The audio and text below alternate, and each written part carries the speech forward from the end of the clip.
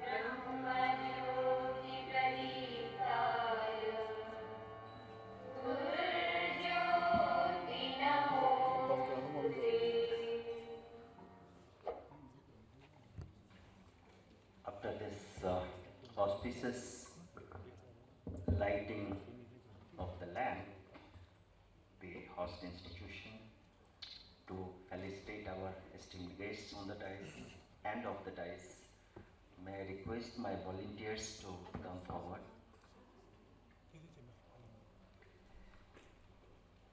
It's a token of love and respect from our side to our esteemed guests. May I request Professor Abhijit Dakhar to felicitate the chief guest, Sri Brahmadev Ram Tiwari, Senior IS.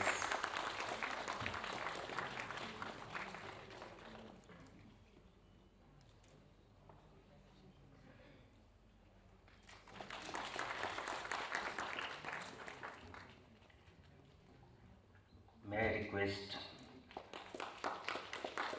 Ma'am Saturpa Palit to come to the dais and felicitate Ma'am Kesang Sherpa, the Member Secretary NCTE.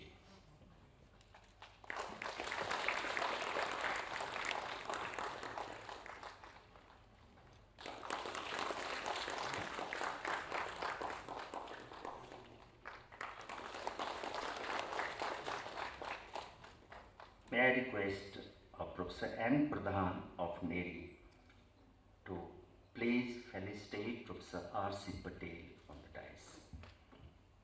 Coordinators should be felicited.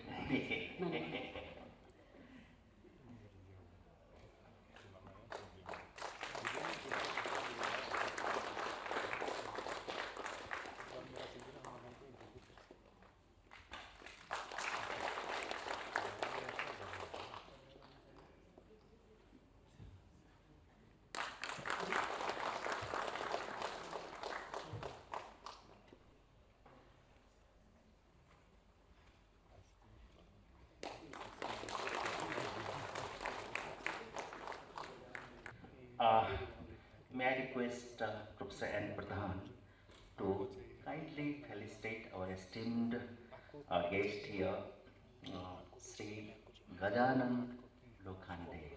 Sri Gajanan Lokhande. Volunteer, please.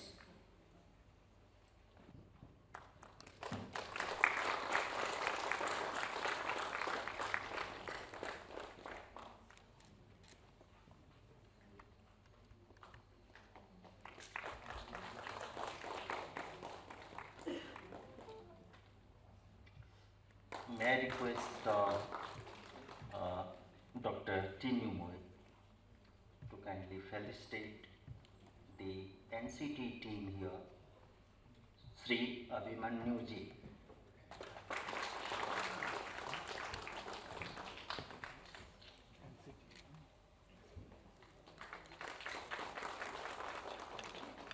May I request Dr. Melissa Balan to kindly felicitate Sri Ravindraji, NCTE team.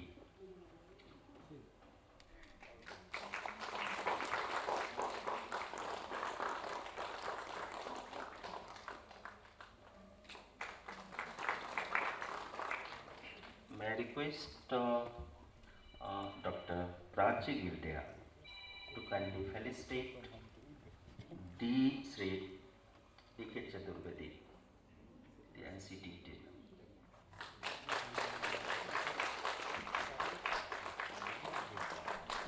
May I request Dr.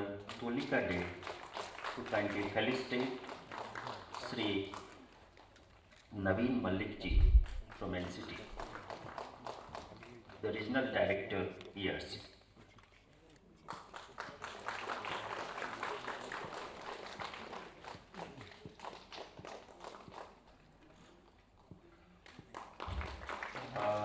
To save the time, I will cut short this felicitation timing, and the formalities will be done later.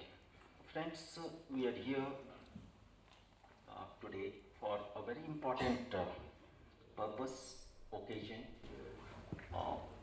Very little I know about everything, but I remember a very important sloka from Mahopnishad, that is, I am Nija Rovid Gananam Laguchet Sham Udar Charitanam Tupasthat Kutumka.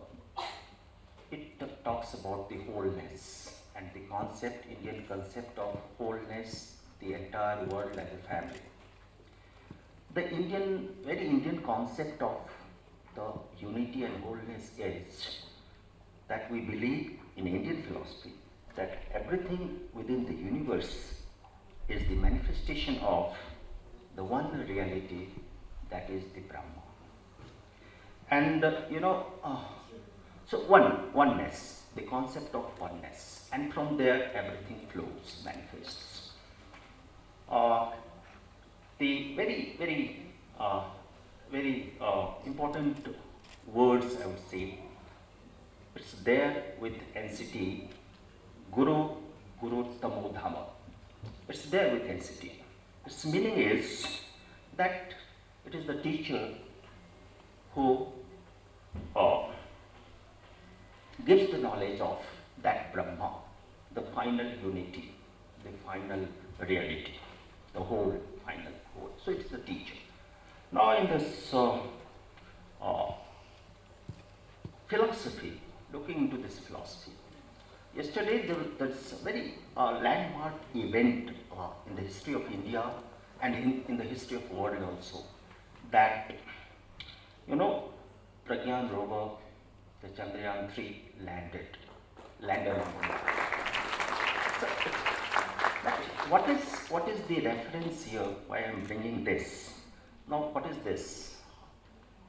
Can we view this event, this particular event landing there, the Indian Chandrayaan-3? This event, the name of that particular rover is Pragyan rover. Now you know what is this, the origin of the word Pragyan. It is the wisdom, the origin is Sanskrit. Sanskrit being one of the oldest languages in this country as well as in the world. Sanskrit is not a language, but it is the whole culture, it's a whole geography, it's a whole, civilization and everything. And then this rover and then Chandrayaan-3, it's all science. And that science includes everything. So geography, culture, society, everything science, and that too the sophisticated science. It's not the simple science. Now all these things emerging from one event, that is landing rover, Pragyan rover on Chandrama. Can we view one thing from different angles? Is it possible to look at one thing from different perspectives? This is the idea, this is the whole philosophy. And from here it comes the multidisciplinarity and the multidisciplinary approach, integrated approach, and all these things. Now this policy, national education policy, has talked much about this, and for especially this teacher education, there are particular paras, say 15.5, 5.22 and 15.1. Specifically they talk of this. And in national education policy, 2-3 terms are repeatedly coming. One is high quality teacher education. I don't know what is this high quality. Outstanding education departments. I don't know what is this.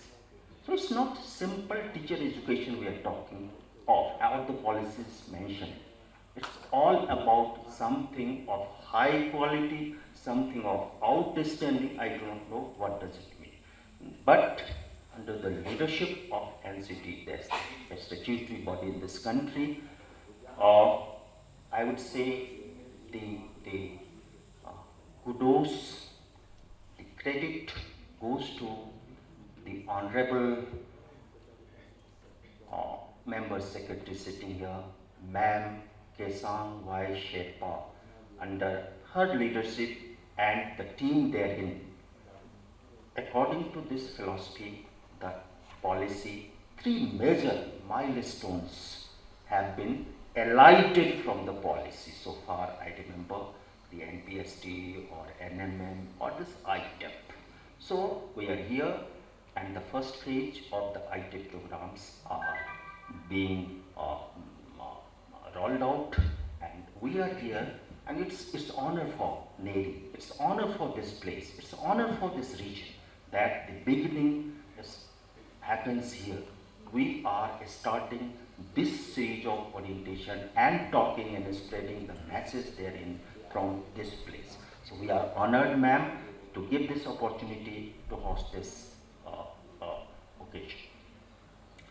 With this, may I request my esteemed principal, Professor F.G. Thakar, who happens to be a very acclaimed educationist by training and by experience.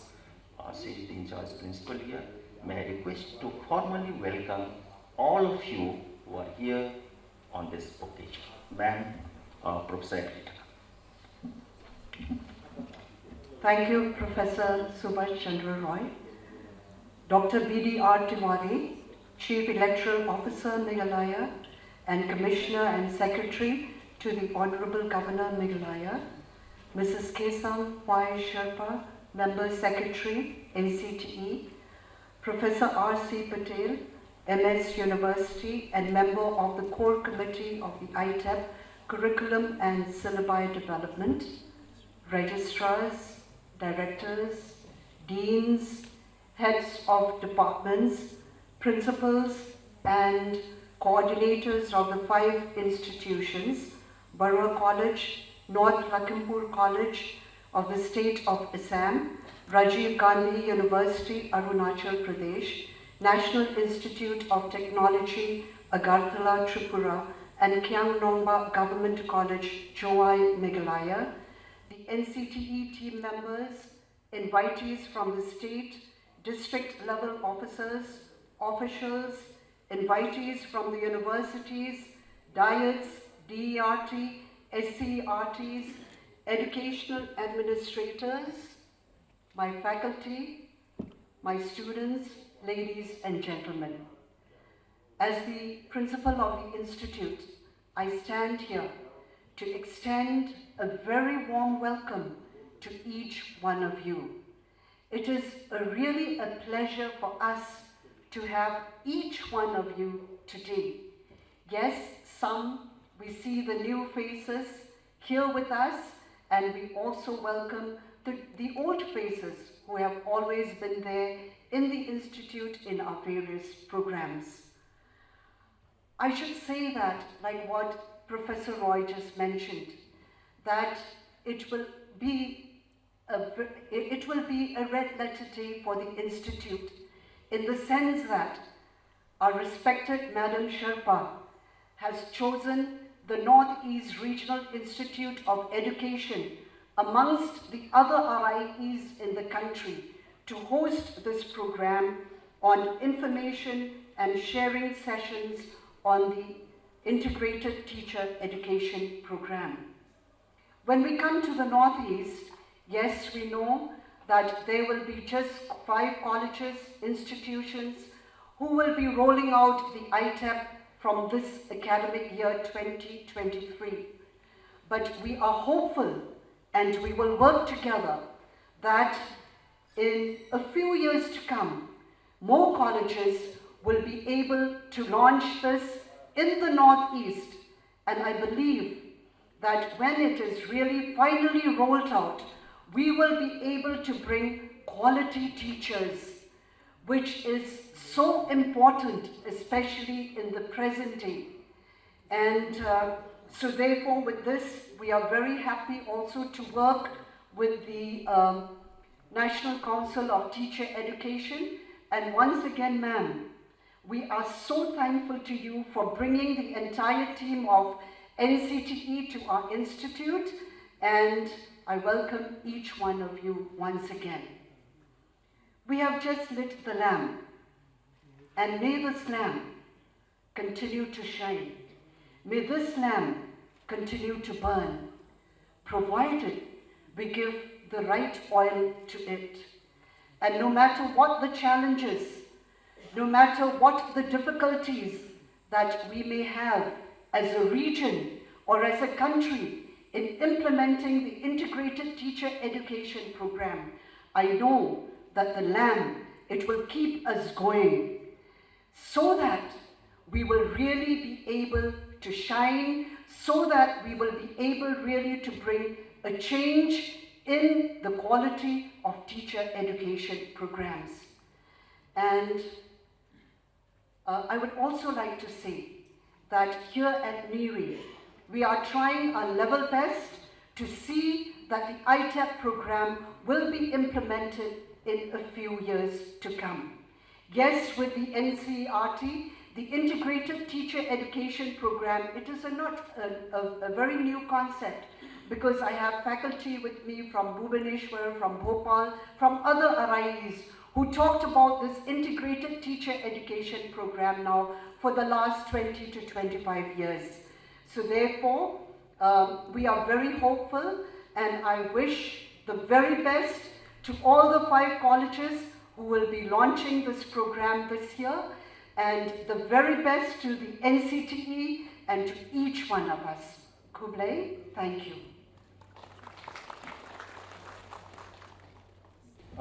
Thank you very much, ma'am, for a very warm welcome to all the dignitaries and participants here, as well as your, as usual, very motivating, enthusing words for all of us.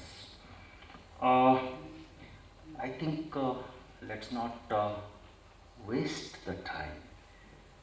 This is the time when we have to understand the whole perspective, the whole journey, and the whole future aspect of this program, ITEP, and the entire understanding will flow from none other than one who has led the entire team tirelessly, and the product is here before us. Ma'am Kesang Sherpa, she hails from hills, and I don't know, she has a background of administration. She is from UPSC, one of the toughest examinations in this country and one of the toughest examinations in the world too. So she's the product of that, and she has been throughout in her career an administrator. but associating with NCTE is again, I think, as good as any academician. She has led many toughest jobs during her stay in my memory, and these are the milestones on this NPST after this National Education Policy NPST, and she has delivered. The team has delivered. Ma'am Sherpa has led the team, and she is alone the main member these days in NCTE who is looking after everything, because the casual appearance of chairpersons here and there, frequent transfers and coming. So she is one who is the main pillars there. Ma'am Sherpa has some revenue background also, but now, as I mentioned, she is more than that, an academician too. A very apt administrator and very pleasant personality. She is before us. May I request Ma'am Sherpa to give the outline, the understanding, the entire vision. So she will be taking you to the whole journey. Thank you.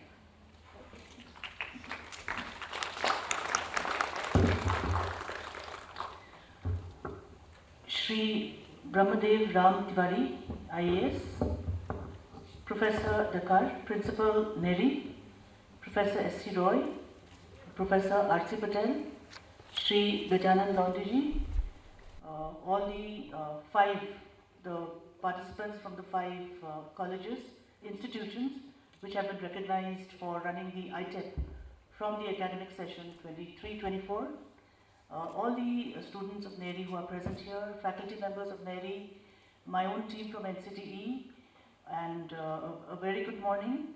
And I want to thank NERIE for allowing us to organize a very maiden outreach program, information sharing program of ITEP, and we are very happy to be in the Scotland of the East. And like Professor Roy was saying, I am also from the hills. I'm from Darjeeling, so when I'm staying in this place, I just go back as if I'm staying in my own house with the beautiful green hills around and the mist, like Brahmaji was telling, the mist as it comes down the hills. I mean, this is really ethereal and is something which especially people from the plains would miss. You would be seeing it in movies, but to really experience it, one has to be here in the lap of nature and with so much of oxygen, free flowing oxygen, which we lack in Delhi and the other busy states that we come from. So thank you very much for hosting us, and congratulations to you. Yes, you are the first institution which is hosting this outreach program. The Integrated Teacher Education Program is a flagship program of the Government of India aligned with the National Education Policy 2020, and through this we intend to change the teacher education sector in India. This is a much needed change that is required, and I must say one thing, that RIE with its courses that is running, I suppose you are running the integrated course here and other courses, RIE itself is a notch above many of the other institutions in our country in terms of teacher education. So you are doing a fabulous job. I think a couple of your institutions, the other branches, have also taken the ITEP, and we are expecting very soon that even RIE, NERIE will also do the same. And this is a course which will set you apart. So it would be very good. And apart from this, we are also coming out with various other courses, integrated physical education program, art education, yoga, Sanskrit, etc. So you could also even try for those, because these are all related to teacher education. And yes, this journey has been tough, because as much as the national education policy is new for all of you, especially me, I'm coming from, I'm a tax person. So working in the tax department and coming to education on deputation was really a huge jump for me. And along the way I have had the support of my team, my chairpersons who were there, and also our various experts that we meet along the way. And I've learned so much, and every day is a learning process for me. Every input that we get from every person is very valuable, not only to me but to my entire team, because our policy will only be successful if at the ground level it is implementable. And therefore the feedback that we get from the ground level is very, very important for us. Professor S. Roy here is a very integral part of NCTE, because he is the chairperson of another flagship program, which is a in-service program for our capacity building of our in-service teachers. It is called the National Mission for Mentoring. It is a mentoring program for school teachers. He is the chair of that program, and he has really done such a fabulous job. Mentoring mission has been, whoever has looked at it has appreciated it. It is the first of its kind initiative at a national level where teachers will be able to have mentors. This will be out very soon, so a big round of applause for him, because he's part of us. We also have another program called the National Professional Standard for Teachers, which talks about the competencies of teachers, what competencies you are supposed to achieve at each stage, and what are the tools or the means by which you can achieve those competencies if you have not reached. So that is also going to come out very, very soon. And yes, we have been working very hard. Currently, our chairperson is Professor Yogesh Singh in additional capacity, and we get a lot of guidance from all our chairpersons. They are there as our overall guiding factor. The Ministry of Education is also there, always with us, and that is how we are able to achieve. And of course, we have a wonderful team, most of them are sitting here, and that is how we are able to achieve these milestones in these 3 years. And yes, I can proudly say that NCTE is one of those organizations which has implemented not only the ITEP on the ground level, we are also going to implement the National Professional Standard for Teachers and the National Mentoring Mission. So these 3 very important achievement initiatives NEP-2020 have been launched by NCTE in this year. Okay, this is one thing. And apart from that, these years are very important because as our Honorable Prime Minister says, we are also in this Amrit Kal. So in the Amrit Kal, having launched this ITEP program, which will bring about so much improvement in the education sector, and which will help our country to grow, to develop, and also to enable it to become a global leader in the world of education. And with this Chandrayaan landing, I think this is another milestone that NERIE is hosting it for the first time. So we will, should I move on to the presentation so we can carry on? Yeah. So we have a short presentation for you which will tell you about the ITEP curriculum framework. Let me tell you that we have already developed the ITEP curriculum framework. The colleges which are going to run it will share it with you. And even our suggestive curriculum, syllabi, is also already ready. I think Gajananji and Patelji are also 2 of the members who are actively involved in that. And I just want to show that it's ready. We can't share it with you right now. So, Chaturvediji, can you just stand up and show the suggestive curriculums which are with us, not able to share it right now, so that everybody knows that it's actually ready. This is a 4 volume, stage-wise, foundation, middle and secondary. So this time the scenario is going to change. The teacher will be prepared as per the choice of their stage. If they want to become a teacher at the foundation level, at the preparatory level, at the foundation level, and at the secondary level. Because this NEP advocated new structure of the school, that is 5 plus 3 plus 3 plus 4, and this is the syllabi according.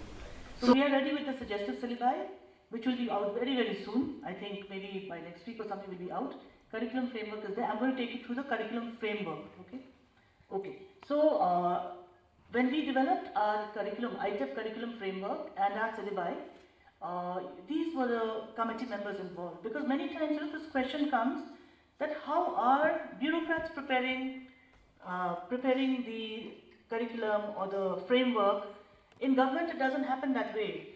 It is the experts who prepare everything. We are the implementers, we are the ones who issue it, publish it, because we are part of the government. But government doesn't work on the bureaucrats are not working on the syllabus, the curriculum framework. It is all the experts who do the work. And believe me, this is like months and almost a year-long exercise. These are some of the core members, main members that you are seeing. The first column is comprising of the core committee, which oversaw all the entire ITEP syllabi, curriculum framework, and then we had committees for each of the different components of the ITEP curriculum. You can see that ability enhancement courses, foundation of education, pedagogy courses, because this time it has to be specific, foundational, preparatory, secondary, middle, and then the school experience, because internship is very important part of the teaching practice this time. So we have a 6-month long internship, as well as we also have a community engagement. So we have stressed a lot of that. That is what even the NEP says. And apart from this is just the members. We had several subcommittees working on individual subjects. So this entire exercise has involved close to about 100 to 150 teachers across the country. So this is how policies are prepared. So I hope I'm able to, wipe off the misnomer that people have that these initiatives are done by bureaucrats. It is not correct. These are all the experts that are being used from all across the country. And they are experts who are really good in their field. So why are we talking about ITEP, which is called the Integrated Teacher Education Program? Why? So if you look at NEP, and I request everybody to read the National Education Policy 2020, at least once you must read. The chapters that are relevant to the teacher education specifically are chapter 5 and chapter 15. So that would be the thing. So if you see in the NEP itself, para 15.1, it talks about teachers who would be vital to creating a pool of, school teachers that will shape the next generation, grounded in Indian values, languages, knowledge, and traditions, including all this, and well versed in the latest, the pedagogies, etc. And then in 15.5, it talks about a 4-year integrated B.Ed, which will be a dual major holistic degree in education, and it will be in a multidisciplinary setup. And in para 5.22, it talks about recognizing that the teachers will require training in high quality content as well as pedagogy, and teacher education will gradually be, by 2030, it will be moved into multidisciplinary colleges and in universities. And 5.24 talks about all B.Ed programs will include training in time-tested as well as the most recent techniques in pedagogy, including pedagogy with respect to foundational literacy, numeracy, etc., etc. And also another thing is, it tells that by 2030 it is expected that all teachers would be graduates. So ITEP will be the minimal degree to becoming a teacher by 2030. And we are, NEP says by 2030, ITEP, the ITEP program should be the main degree by which all teachers would be coming forth. So what are the salient features of ITEP? The salient features are that it is a 4-year duration course that is after class 12. And the admission of ITEP is through the National Testing Agency. This year we had it on 9th of August, and the popularity, I'm just trying to say, for about 4,000 seats, we got around 16,000 applications from across the country. So you can see how much people are wanting to do this ITEP. And of course, like I said, it will be a minimal degree by 2030. And this ITEP is based on the new design of school stages of 5+3+3+4. Preparatory, foundational preparatory, middle and secondary. Then the implementation of the credit system. We are aligning the ITEP with UGC parameters, because it's in a dual degree mode. When I say dual degree, a person will get a graduation degree in education, of course, as well as the discipline, the subject that he chooses. So therefore, it is very beneficial for the students, because with this 4-year degree, you will also be an undergraduate in your subject as well as in the education component. Of course, to become a teacher, you will have to complete all 4 years. We are allowing the multiple entry-exit system as in UGC. We had a UGC member on board when we were making all this. So this time, all our courses are in sync with UGC and other guidelines that we are supposed to follow. It is in a multidisciplinary environment, of course, that you would be knowing. And semester system is there. There are 2 semesters per year, so 8 semesters. And it's classified under 7 curricular components that, as the experts will take you along, I won't go get into that. And flexibility to choose degree, supposing a person from side, if the university or the institution has it. a person from probably science could also have a subject of some other discipline, say an arts or a music, depending on what the institution will offer. And it saves 1 year, because right now for a person to become do a B.Ed, it is like 3 years of graduation and 2 years B.Ed. Here, after 4 years, you are able to become a teacher. That means you are saving 1 year. And the credits also, in alignment with UGC, it is a 160 credit course, which can be extended to 176. So these are the curricular components, like we were saying. It has a student induction program. I'll take you along with that also. Then there is something called the Foundations of Education. Then we have the interdisciplinary courses, whatever subject, because it is a BA B.Ed, BSc B.Ed, BCom B.Ed. And we have stage-specific content come pedagogy, depending on the stage that you will choose. And ability enhancement value-added courses are there. These are core courses which everybody has to do. Then we have the school experience, which is largely the internship. And then we have the community engagement and service. That is also a component that we have added.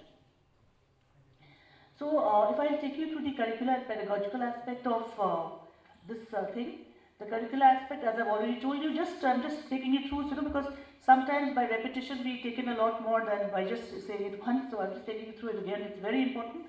There are 4 stages. As we said, you have to specialize in either of them, the foundational, preparatory, middle, or the secondary stage. So a student, when he applies for the ITEP course, has to decide whether he wants to become, which stage he wants to specialize in. Right now what happens is, not all, I wouldn't say that, but most of the time, if somebody doesn't get a job, then they will do a B.Ed degree and then become a teacher. We want students to become teachers by choice, by passion. Just like medicine, just like law, we want teaching to be treated as a professional degree, so that the respect that teaching deserves across the country, the position that the teachers should be at, you must get that. And if that is the way why we want to give so much importance to ITEP and to the importance of training and preparing a teacher, because if a teacher is good, obviously the student also will be very good. So everything depends on the teacher.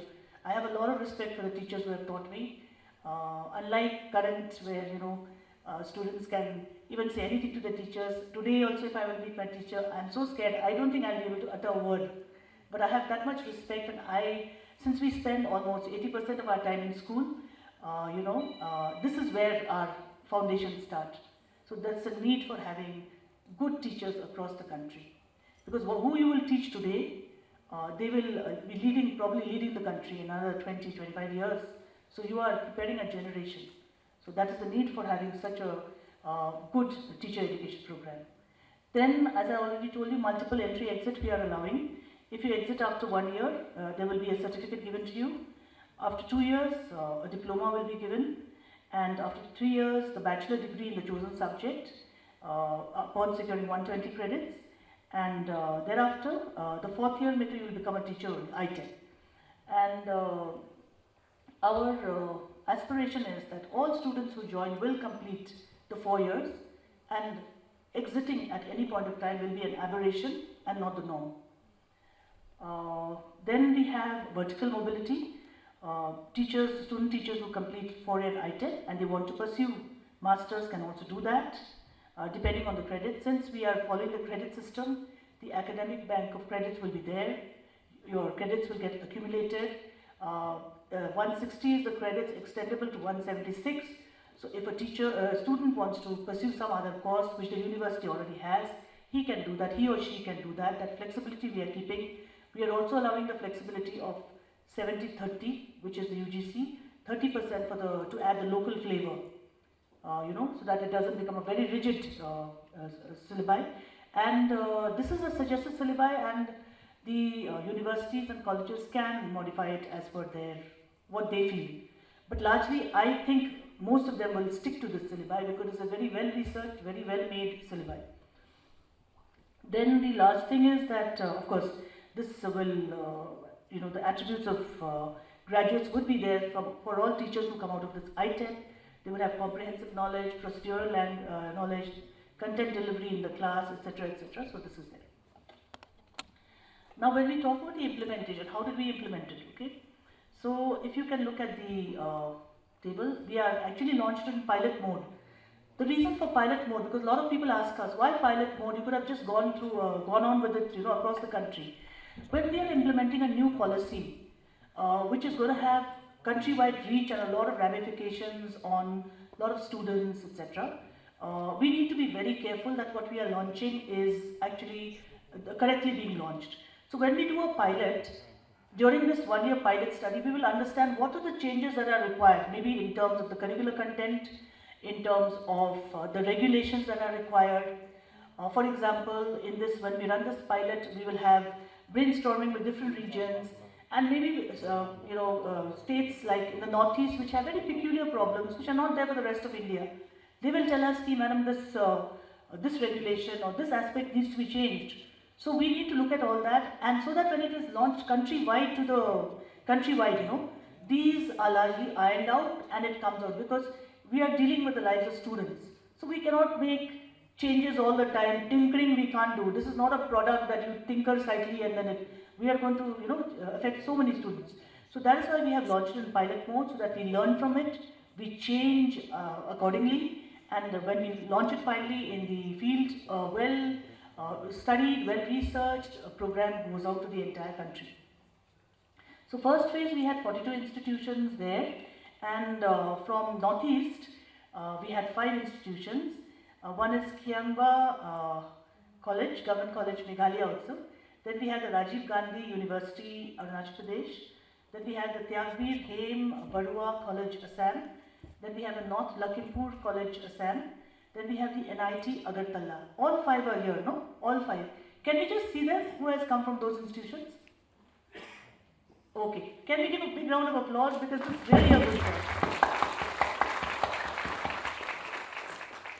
So if you can see this, this is region-wise. NCTE has 4 regions, northern region, eastern region, western region, and this is the distribution of our various colleges across the country, those who were recognized. And the total intake this year was 3,950, for which 16,000 applications were there from across the country. So again, like I said, phase 1 of pilot we have done this, and now phase 2 also we have launched, where about from the academic session 24-25, about 77 institutions have applied, which is now under process in NCTE. Like we are saying that whether they are fulfilling the eligibility norms or not. Now I will take you to the next very briefly, because this will be touched upon by experts. I'm not going to dwell on that. This is our largely the ITEP curriculum framework structure which is there. You can see that I will not dwell on this. I'll just take you to the broader aspects so that thing. The first one is, of course, our student induction program. Then, like I said, it has the foundations of education. Then we have the disciplinary, interdisciplinary courses. Then we have the state-specific content cum pedagogy. Then we have the ability enhancement and value-added courses. And then we have the school experience, which comprised of internship, pre-internship, school observation. We have given a lot of stress to this. Then we have the community engagement. And at the end, if you see in the corner, last column, lowest row, 160 credits is the credit structure for this ITEP curriculum. So this our experts will go into. I'm not going to get into this. And this is how it will be assessed and evaluated. That is as per UGC norms. So as you can see, we have launched a visionary and a very good initiative from the Government of India side, and we are hoping that this course will change the entire face of teacher education in the country. I will end here. Congratulations once again to all the 5 colleges who are here, and thank you for being present with us. I want to thank Shri Brahmadevji also, because he has taken time out of his busy schedule to be with us, and I hope in the next round, whenever we are opening, NERIE will also be part of that, and all the other colleges in the Northeast, all the institutions in the Northeast, because Northeast needs lot more institutions. Please apply not only for our ITEP but for all our other courses which are going to come. Thank you. Jai Hind, Jai Bharat.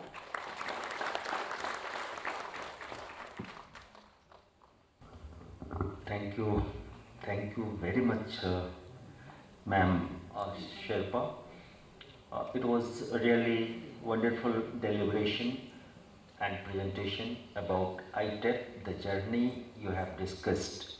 And one thing was to learn from your deliberation, which I learned personally, that it is very easy to see the final product, but we have to just imagine the amount of rigor which has gone into the background.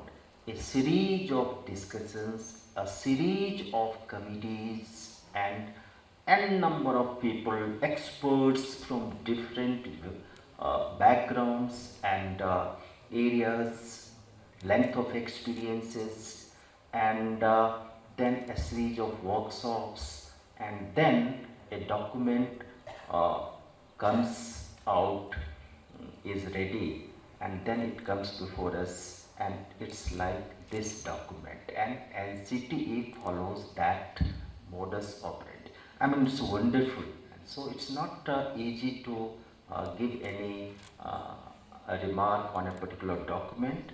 We have to see, understand that what has gone into the background. It's a very painful exercise, and then something comes up. So it's wonderful to know that in this ITEP document also this has been followed.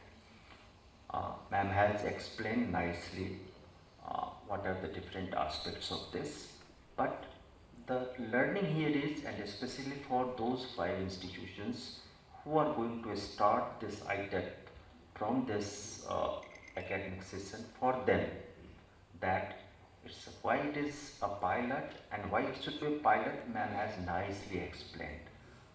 It cannot be finalized in one go. We have to incorporate the experiences and challenges. But again, very humbly and in passing reference, she has mentioned one thing, that aberrations, exceptions are not welcome always. Though that is the part of the healthy progression. So we have to accommodate those new learning or new dimensions also. We have to keep adding to. But one thing which has come up has some merit, because it is banked on large chunk of experiences and expertise. So we should not brush aside anything which is before us. That is one, so we have to take it forward and we have to accept it. Piloting is important because we have to learn the experiences. We have to see how it goes. So it's a wonderful deliberation. There are many things, and then the document is there with you, and you will be implementing and running this course. So wonderful deliberation. Many thanks, ma'am, for your nice deliberation and detailed presentation. Now it's a turn for a kind of summarization at this point in time, and I am going to invite a person from whose personality flows, when we talk of ethical considerations, the values, all those big things, the simplicity, the high ideas, I mean, all those attributes that flow from one personality, and that is our today's chairperson, Sri Brahma Devram Tiwari. He is an administrator, he is an IAS, and you would be surprised to know that his own subject has been Sanskrit.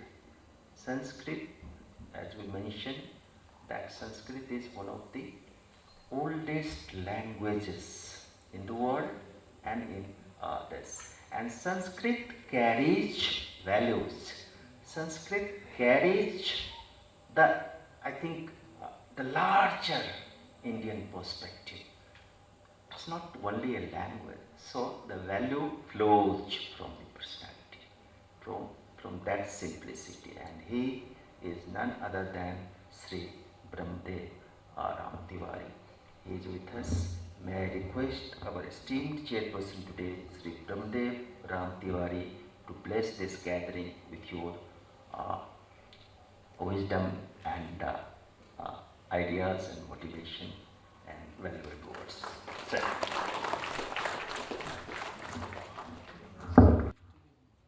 Professor Rai साहब का बहुत बहुत धन्यवाद. I am feeling very much nervous while he was introducing me. So, Madam Kesang Sherpa, the respected member secretary of NCTE and a guiding person, and who has enlightened with his very crisp and very meaningful presentation on this new dimension and new era of the education system. Professor R.C. Patel, an eminent educationist who are in midst of us. He is a member of ITEP committee and other resource person, the senior faculty members from the NERIE, from the different colleges, from NCTE, and our Meghalaya's own DRT and her team, my dear friends and faculty members, especially the senior educationists from this very institution. It's really a big privilege for me to speak in this very knowledge and very visionary audience. I, just being a student and not feeling at that level as expert you are.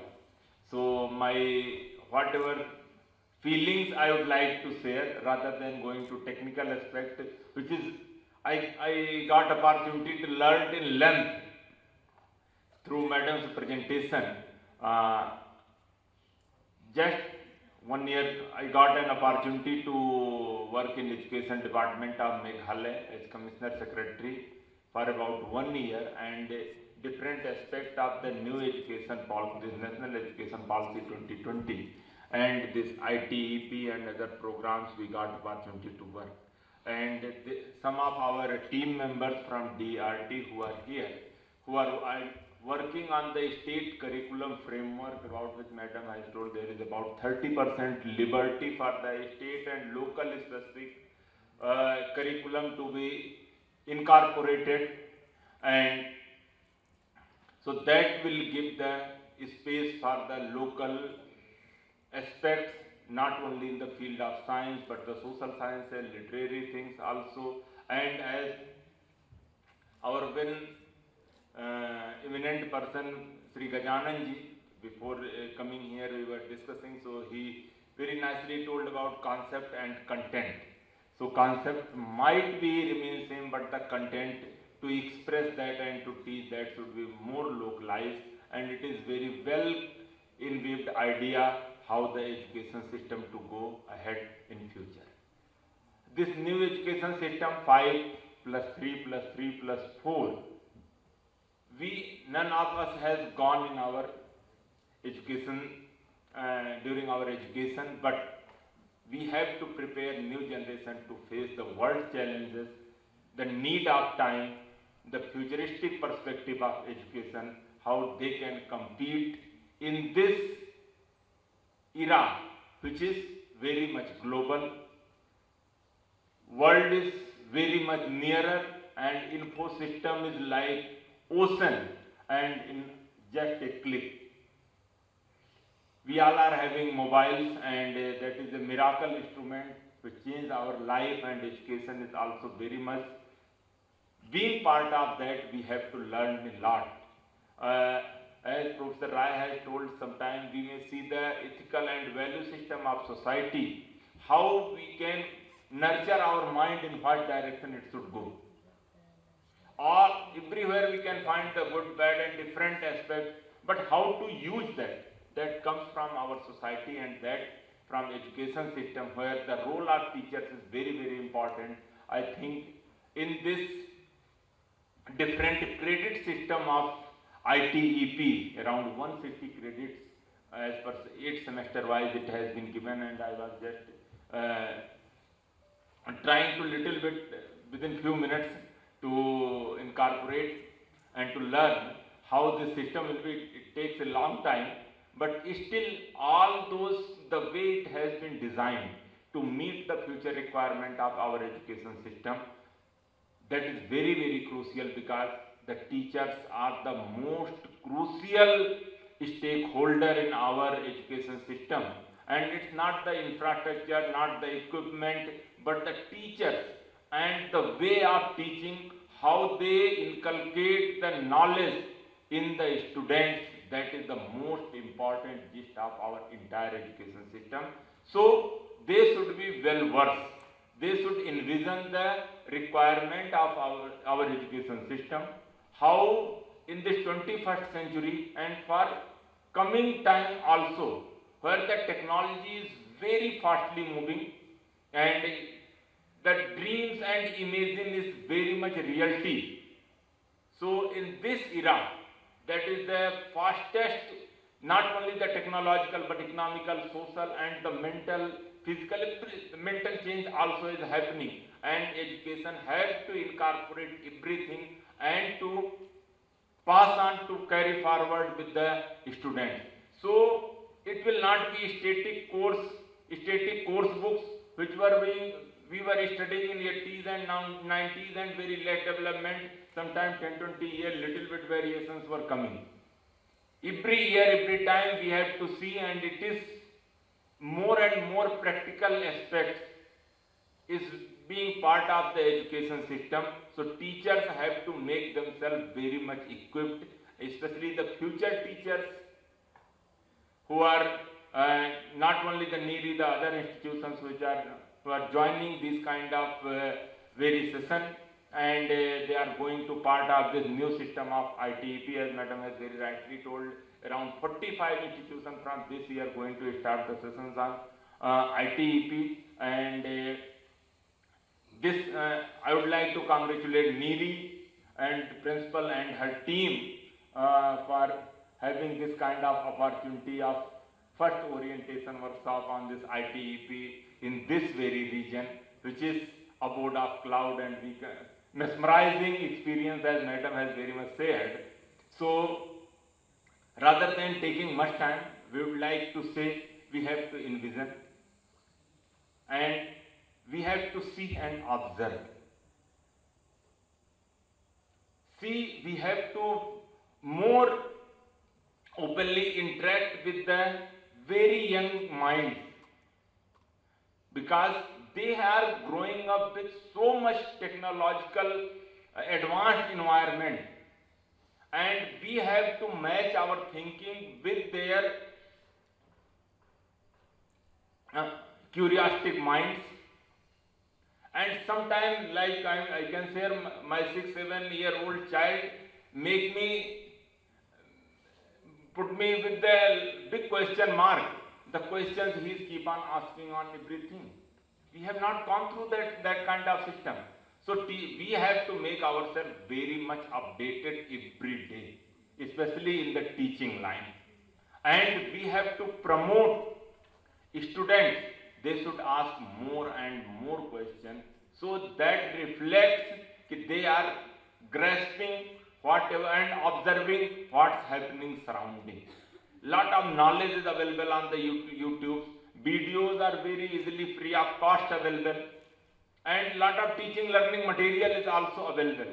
But in the systematic way, we have to go through and we have to present and to create an environment where this kind of bright young minds will get influenced. Their learning and the questioning of from the mind, it will go in very systematic order, systematic way, so they can understand in deeper way. And moreover, they should not be only follower and just worker in system. They should be the thinker also. So they can just come up with the new ideas,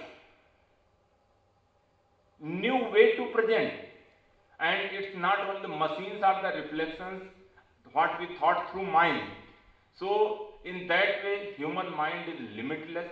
It's like our cosmos, and we want to capture and to know the truth behind each and everything. So those kind of scientific temperament and the feeling and observation of the nature and surrounding, and in our system wherever we are, that kind of knowledge have to go and pass on to the student. One more thing in the, what is the need based and how they can make their place in the market, because it is more machine centric and the challenges of employment and jobs are very, very crucial before in front of any education system. How to make our students capable, they can seek the job, and they should not be only the job seeker, they should be the good entrepreneurs. They can do their startups and they can create employment opportunities, because this is the biggest question, where the education the percentage, this much percentage of the society is educated. That is not that important. The quality is very much important. And how to generate the employment, different type of employment, and any employment, the feeling is not like this some we will go only for the white collar job and all those service sector we will leave, especially the layman work and the ground work. We should have create the feeling of pride that any work is not smaller or bigger. Whatever gives us pleasure, we can develop ourselves with the smaller things also if we go deeper into that. But we have to be very aware, conscious and very much receptive. So we can contribute in the system, and that is the nation building exercise. We all are now in Amrit Kal, as our Honorable Prime Minister is telling. These 24 years, coming 24 years, India will be around 100-year-old independent country, and by that we would like to foresee ourselves, our nation in the list of the developed nations, but it should not be only that development in terms of some data and some monetary term only. The society should lead more happy life, people have more satisfaction, there should be better societal binding, and that is the challenge before our educationists, how we can frame our education and course material right now. So ultimate target, it's not only the earning some livelihood, earning numbers, earning money. There are so many rich people, but the societies who are closely binded, they have the social fabric and social framework very stronger. That gives us more emotional support, the mental support, that is also equally important along with meeting the education, framing our education to meet the necessity and requirement of growing economy and its different sectors of the economy. So social challenges and social requirement, and to make our students more emotionally stronger, who are becoming day by day weaker emotionally. They are more fragile. If we see the number of suicidal cases are coming up in our eminent institutions like IIM, IITs, medical institutions, how these kind of the bright young minds are going to commit the suicide. What kind of system we have created for them? More counseling. Such kind of environment have to be very healthy environment is needed, so no one should commit suicide. Just to pass some exam, to earn something, then life is most valuable thing that the God's gift on the planet. We are in existence, and it's not only the thing, sky is the limit. We can't succeed because everybody is not meant for single thing. There is a variety, there is a diversity in our system, in society. So God, our creator, has created us for different purposes. Some might be good player, some might be good singer, some might be good farmer, some might be good in doing the cleaning work, some might be good in education. But we have to make ourselves capable, we have to develop our skills and make ourselves very emotionally, physically and mentally strong. This is a duty of each of us, and our young students have to understand this very concept of the life, which is most valuable. They are inexistent. They should learn the family system, they should learn the social system and enrich that and get support out of that. With this growing technology, which is making people sitting side by side and they are very far because they are connected through somewhere, through social media, but the physical contact, the real contact is going very thinner. So in that kind of environment, how our education system will be capable to meet our future requirement, I hope this program of ITEP will going to address it very well, and through you, because you are the educationist, you are framing this kind of concept and putting the inks and putting the word how to frame, how to go forward, and this is one of the most challenging job and most respectable responsibility has vested over you, and we hope and we pray you will do the full justice to make our future generation more capable to face the challenges and the requirement of the coming time. Thank you so much for giving me this opportunity to sharing my thought and ideas, and we pray Subhana Te Pantha, Jai Hind, Jai Bharat, Jai Mata.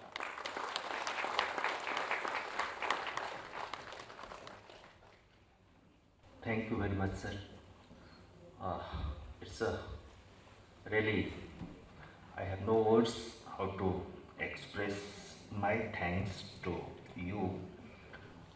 One should learn how to put up big things in a very simple word. One should learn from you. The way you talked, that it's not the resources, it's not the building, it's not other things in an institution, it is the teacher who matters the most, who is the game changer in the educational sector. You have also highlighted how in today's time education has to play a role, a key role in creating a coherent society. How a child can be aware of the environment, how can we make them, make our students aware of the surroundings so that they will pick up the best things, they will learn the best things from the surrounding. You have also said that the time is very fast changing, it's a very fast changing time, and in this fast changing time we have to pick up fast and we have to adapt to the changing time. You have mentioned that it's very important these days that we have to take care of the emotions of our children.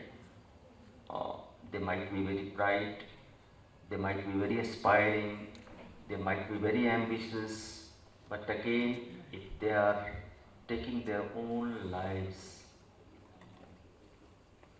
entering into, the prestigious institutions in course of their career making, this is not done. We have to protect them. And how to protect them? It is our duty. It is the duty of the educational system. And I think you have nicely elaborated how this ITEP is expected to take care of all these concerns. Many thanks for explaining these things and making us understand in a very simple way these high ideas and these high lessons. Thank you very much for coming and blessing this occasion, sir, and blessing us for today's program. Now, the best part of this presentation is that you will also get input from the horse's mouth. the, the architect of this framework, there are two architects sitting here with us today. May I request Sri Gajanand Lokhandeji, one of the architects here of this curriculum framework, to grace the dais. So we have two architects, and they are the reservoir. They have all the answers, almost all the answers, I believe, to your queries. How can you take it forward?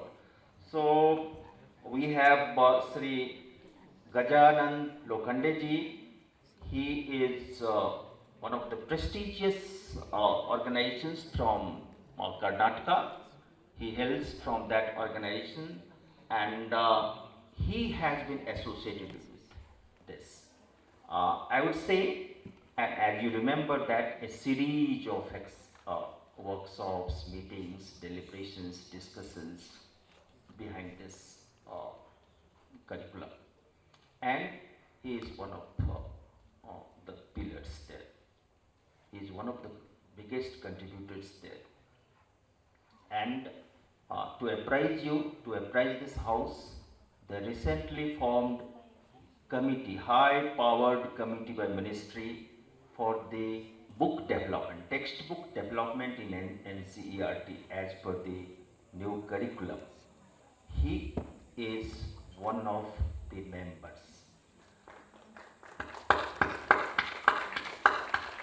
He is one of the members, esteemed members of that textbook development committee of NCERT. So Sri Gajanand Lokhande is there with us, and he will be responding, and he will be giving input from his side, provide special remarks how to take it forward, the whole thing. And then we have esteemed, very senior professor in this country, Professor R.C. Patel. I cannot claim that I am his friend, but I can claim that I have received so much blessings from him so far. He is one of the richest source in the field of education by virtue of the experience and expertise. And he has contributed a lot to the whole journey of this. He is one of the strongest architects of this ITEP curriculum framework.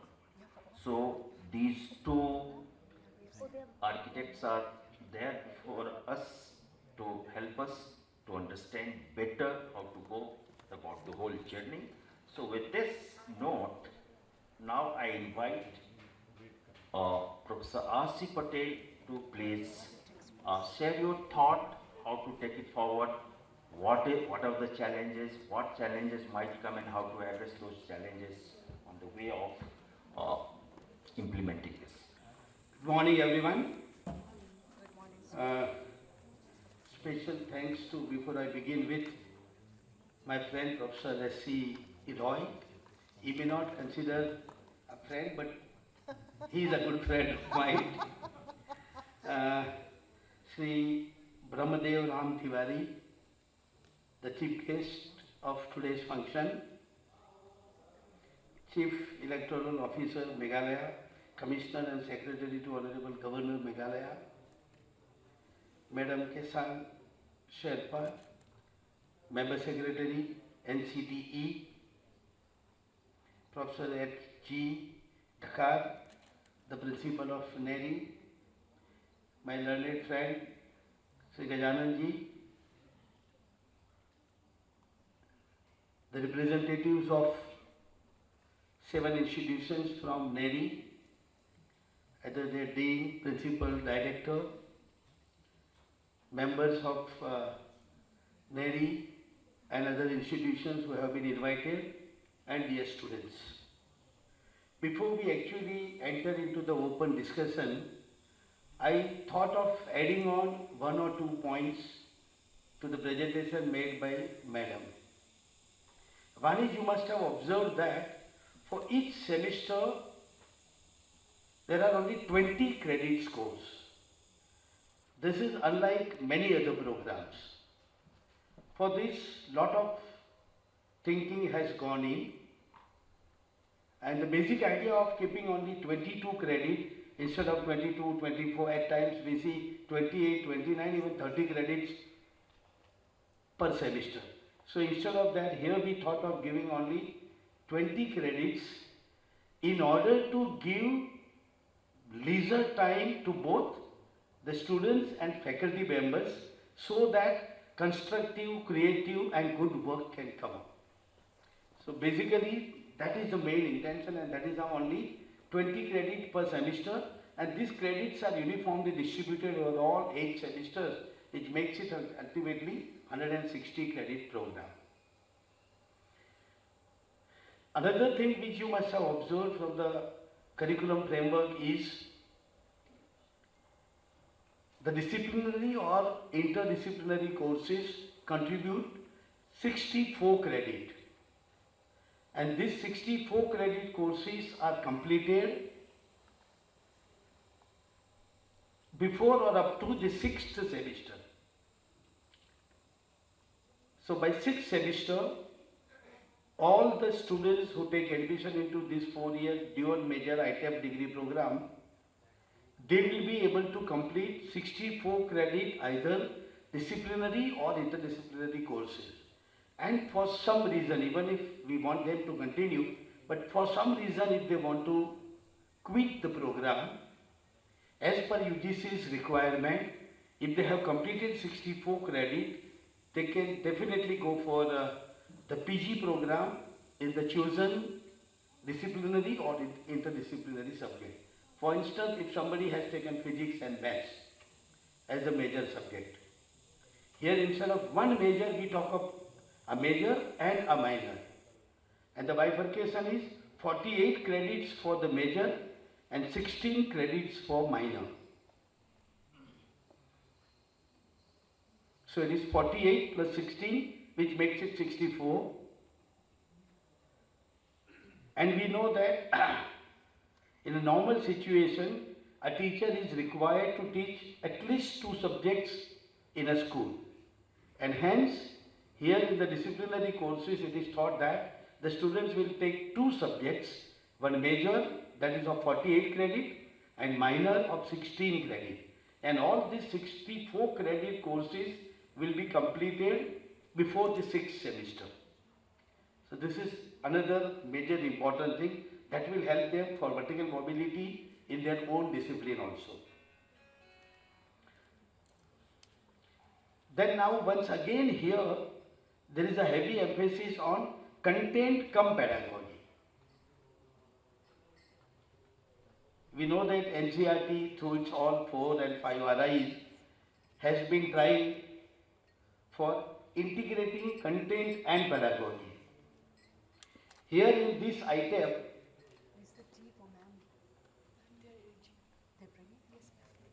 the major emphasis is integration of both, and we presume that it would be easier for all the implementers to integrate, because here students are simultaneously studying these subjects also. In other programs, they complete their graduation and post-graduation wherein they study the content, and only for B.Ed program they come to our teacher training institution. And hence perhaps it was not much easier to integrate these two. Unlike that, in this program, simultaneously in all the 8 semesters, precisely in first 6 semester, they will be studying the content. So it will be easier to integrate this content into the pedagogy. And that is how we have content cum pedagogy courses. And as it has been said, this learned gathering here, I think we do not require much information on the other aspects, because we all know about the teacher education in the country. We know about 1-year B.Ed program. We also know about 2-year B.Ed program since 2014-15, and we all are into it. So we have experienced so many things in this teacher education program. Now this is a 4-year dual major degree program with certain major shifts, which Madam has already highlighted, and I simply wanted to add on only 2 things. And then accordingly, both the pedagogy and assessment also will be in accordance with the state specialization. So with this, I will stop here, and if my friend Sri Gajanan Londeji, if he wants to add on anything, you can, or else, as it is open session, in fact, we'll be interested much in your questions. So whatever questions you have, maybe related to the content, administration, regulation, whatever questions you have, please feel free to ask these questions. The main objective of this session is, the questions can be addressed here only. And that is how the whole team of NCTE is here. So, once again, I request all of you to raise your questions. It may be doubt, it may be questions, it may be some observation, maybe some criticism also. We are fine with that. Thank you very much. Namaste to all.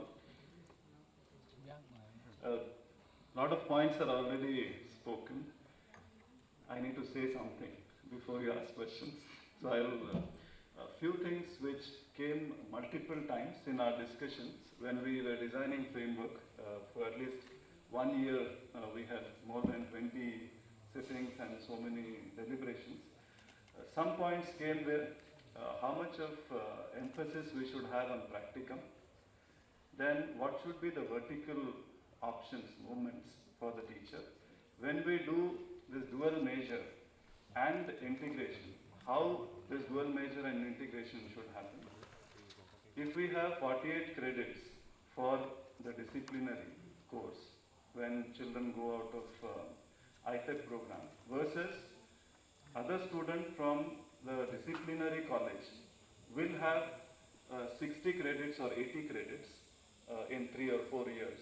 So how they will be measured when they go for a PG entrance.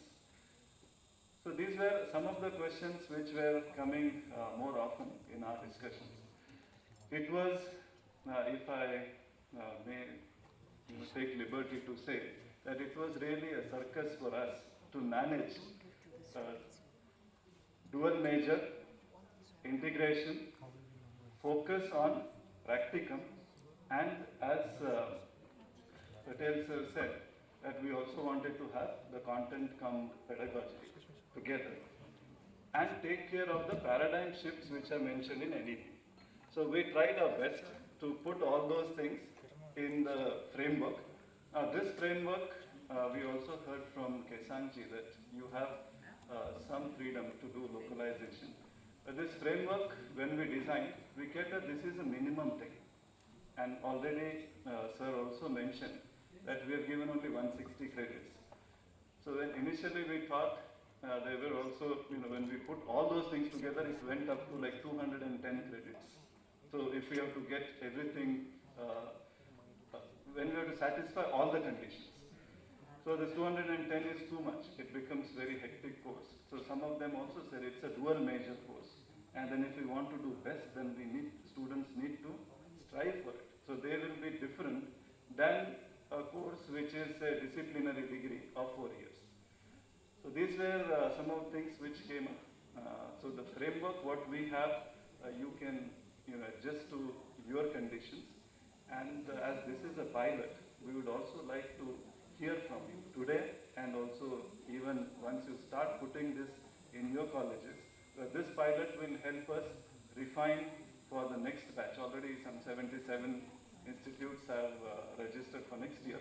And I'm sure it will take few years for us, maybe even 7-8 years or 10 years for us to streamline this in our entire country. So your pilot, you doing pilot is definitely a great motivation, but at the same time a great responsibility on your side to implement what is taught. So it's difficult to plan and design on a table, but it is a lot more difficult to implement something. And then it is really a great challenge to institutionalize something. So we have now from the table, we are going to the pilot, and then pilot we will move towards institutionalization. So this is our joint responsibility to all these 5 institutes. We would definitely request questions from you now, what you see as challenge, and then regularly you should feed to NCTE. Thank you.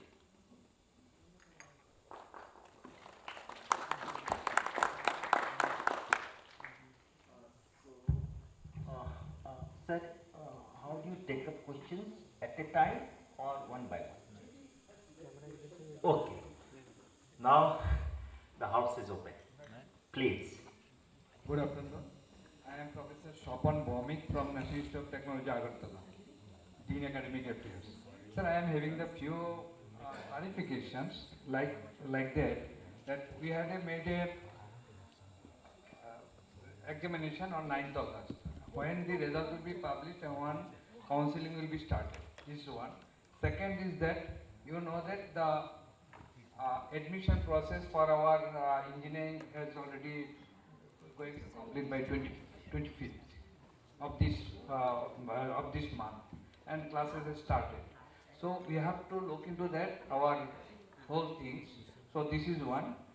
Second is that as you know that we are the autonomous institute of national importance as well as the autonomous, and whatever the course curricula, all the things we have to pass in our academic body Senate.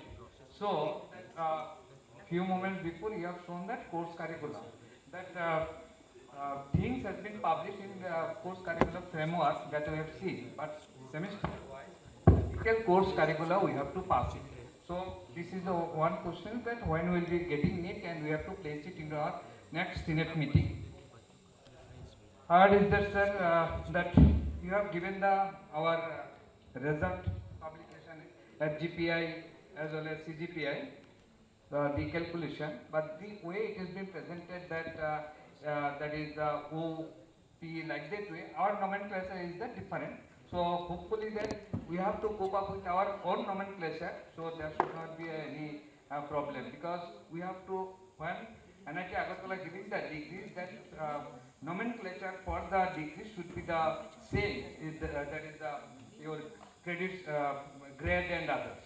So I think so in this respect. And another one is that this is the dual degree you have told, that BSc, BA, we have opted for this. Acha. So one by one questions I will be asking, then you will be answering. I think so. I think that would be better. That would be better. Okay. So you are asked, you're from NIT Agartala? Yeah. So you have asked so many questions. What I can recollect, if I miss out, you can let me know.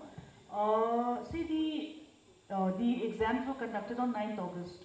So we are expecting that the results will be declared very soon, because NTA has already worked it out, right? So we were expecting probably in this week it will come out.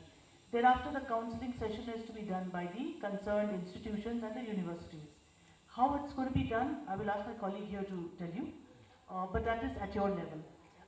Regarding the syllabi, which we showed that it's already ready, that will be shared to you maybe in a day or two, and then you can take it to your academic councils. Yeah, we are a bit delayed, but in this entire process of getting approvals and all, how you are part of a government setup, so you know how things pan out, right? So that has taken some time, but we are ready. I showed you those things also. ITEP curriculum framework is there with you, and suggested curriculum is already ready for us. As far as the question as to whether you have to follow the scorecard given by UGC, you will have to follow the scorecard given by us. You will have to adapt your ways, because this is a specific course under the ITEP. We have our regulations of October 2021, you can note down, and there is one amendment for May 2022. So you will have to align with us, because this is the course for a teacher education course and NCTE driven course, right? So, and UGC, it is in combination with UGC. So you will have to modify your scorecard. It is not an engineering course or whatever course you are giving at your level. So that you will have to align with the regulations, the norms and standards of the ITEP as given by NCTE. So there should be clarity on that. Okay? Because this query has come a lot of times from not only NIT, even from IITs and all, because you have a different set of examinations for entrance, you have a different set of teaching and this and that, all that has come. But we said that if you are to take this course, because this has to be a uniform course across the country. We cannot have different institutions having their own ways of teaching. I mean, like, using their own very different content. It has to largely align with what we are giving. Then only it will become a standardized course across the country, and this is what the NEP wants also. So how to go about it? We can definitely have a meeting with you or a discussion with you and work things out. Our experts are there and they will tell you how to go about it, Maybe not in this session if they're not able to clarify. We will send our experts to your institution. You can tie up with us and they can sit with you in detail and because they will be able to tell you how you need to change your course content or the way you're teaching or the scores that you're saying that you showed O and as per the UGC we have different. So that's an adjustment you also have to make because we have also made a bit of an adjustment for you in the May 2022 the notification we have issued. We have given a bit of a flexibility to you also. So there you also have to give a bit of a flexibility to us. So that has to be a way of working together. As far as this counseling part and what you're asking, how to go about it, my colleague here will speak. Well, thank you very much. Making it layer of thick what Madam Member Secretary has clarified it. But for this ITEP or any other program aligned with NEP coming in future, for that there will be a provision and recommendation in NEP chapter 15 that there should be centralized admission test like other courses. So this time this exercise has already been taken up and NTA at any moment of time they are ready with the result. At any moment of time they will declare the result with a scorecard, and that scorecard is having clear-cut marks cut out and the preference of the children chosen by them about the institution. They were given three preferences, first, second and third. So basing on that scorecard, every institution has to conduct their counseling. And then after that, the verification of the document, fee, etc., that would be taken care by the institution at their own level. How they are going to verify their document and what other things they are going to do. So this simply thing is, everything is coming in a ready-made manner. A card will be available with the preference of the child for the institution. So need not. Thank you very much. So is there any cut-off date to start the program? Like other program, we are expecting from the first week or second week of the September. Because the moment this result of NTA comes, within 10 days or within a week, that admission will be closed, and then after that, the session will be stopped. So the second question is, we have seen that there is a 160 credit course, 20 credit for each semester. So based on the availability of the resources, can we customize, say for example, for a certain semester we can make it 18 credit, for another semester we can make it 22 credit. Is there any possibility?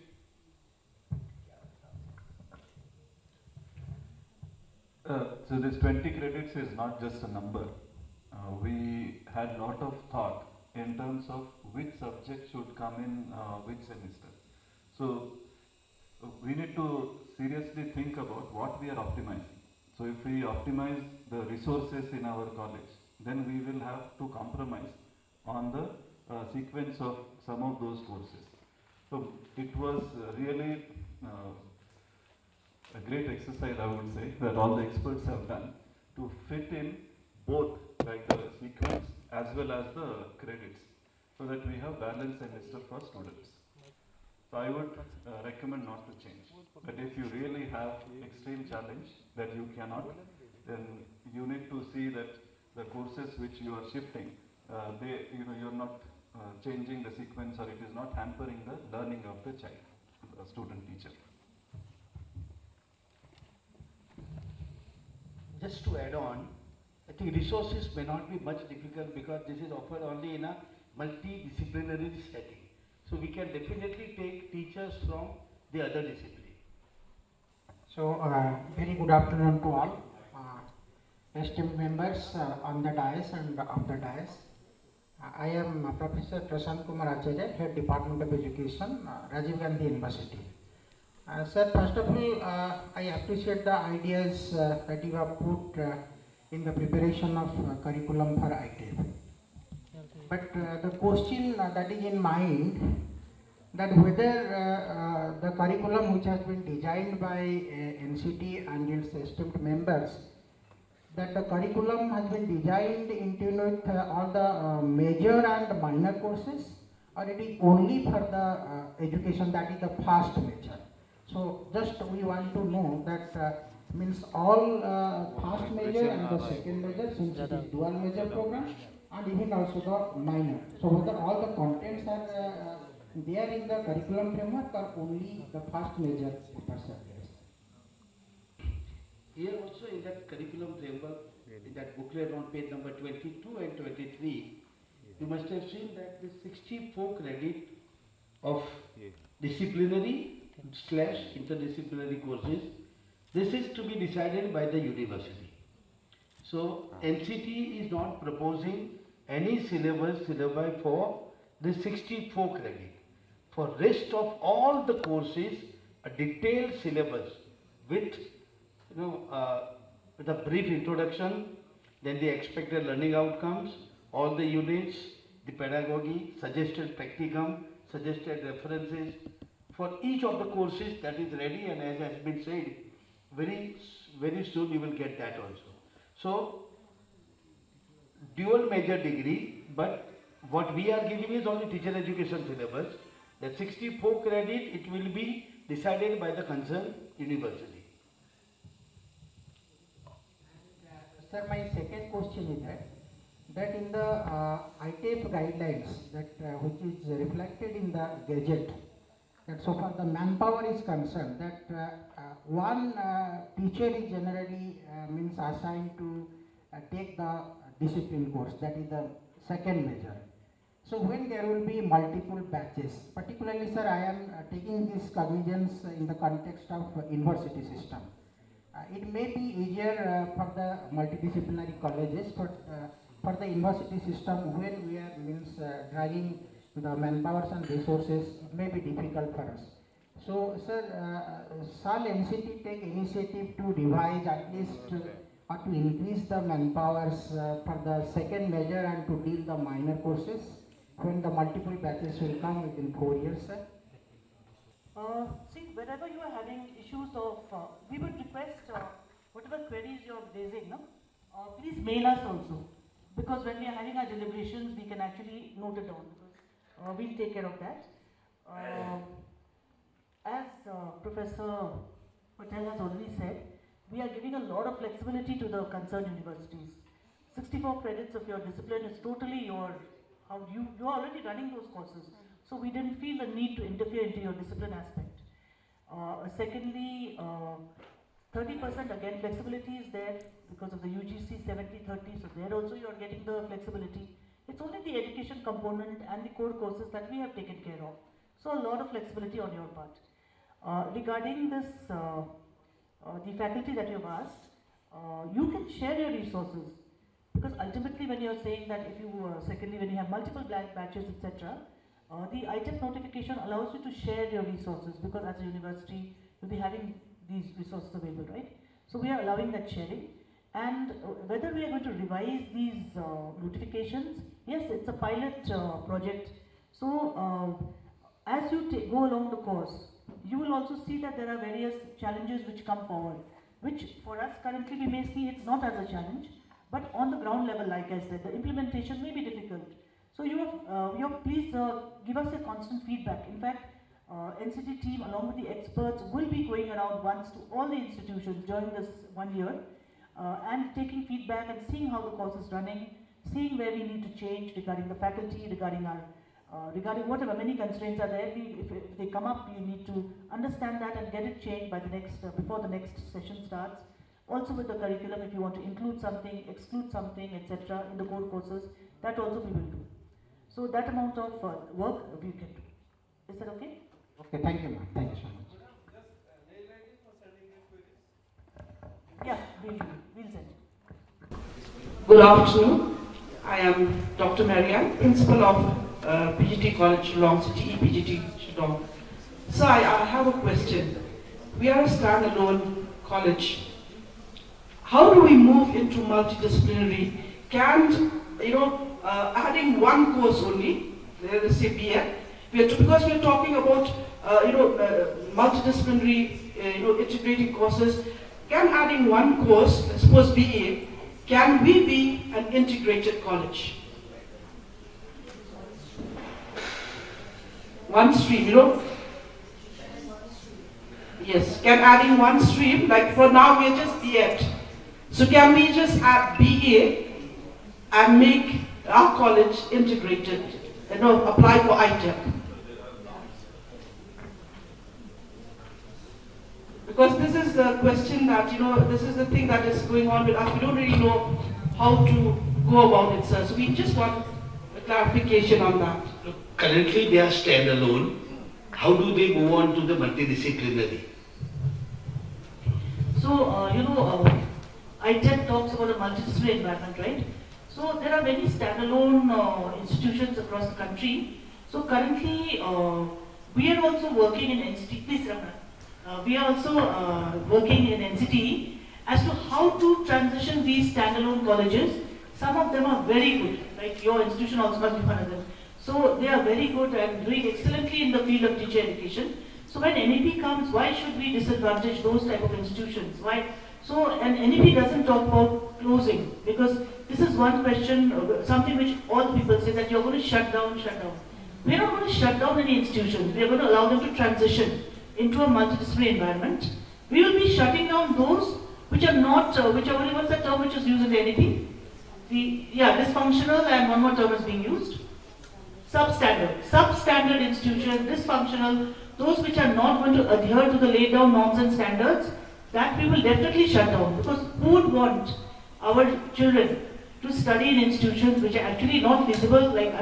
I would like to ask the persons who are sitting here, even the senior ones, will you allow your child to go to such an institution where there are actually proper building is also not there, it is just functioning on paper? How many of us are sending?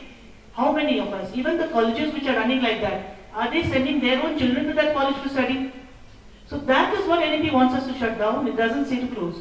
So what we are trying to do is, what we want to do is, for these type of thing, a committee is being formed to see whether UGC talks about something which is called cluster concept, where colleges in proximity can share resources. Supposing you are a B.Ed college and you don't have a humanities or a science department, you want to share with a college which is nearby. So we are working at that to allow that sharing of resources, whereby you become a multidisciplinary in a sense, and therefore you can run. So this aspect is actually being looked into. So give us some time. The committee is working on that. We will come out very soon with this. But currently, nothing is going to shut down. So you will have another 3 years, 4 years time. In the meantime, maybe by March of next year, we will come out with our concept of how these standalone colleges can also integrate into the multidisciplinary setup. Whether, like you said, can it be just having one more course of arts? Can we become multidisciplinary? These questions are being looked into, and we will let you know. The detailed guideline on this will come out. Thank you very much, ma'am. Thank you. Good afternoon, respected members in the dais and everyone present here. I'm Dr. Sopman Suja from Piang Namba Government College. My query is, the other UGC course in our university have already started for this academic session. On the other hand, the ITEP syllabus is yet to be approved by the Academic Council, which is NEHU in our case. So in this case, does it mean that the university will have to wait for ITEP to start the UG exams for this academic session? Thank you.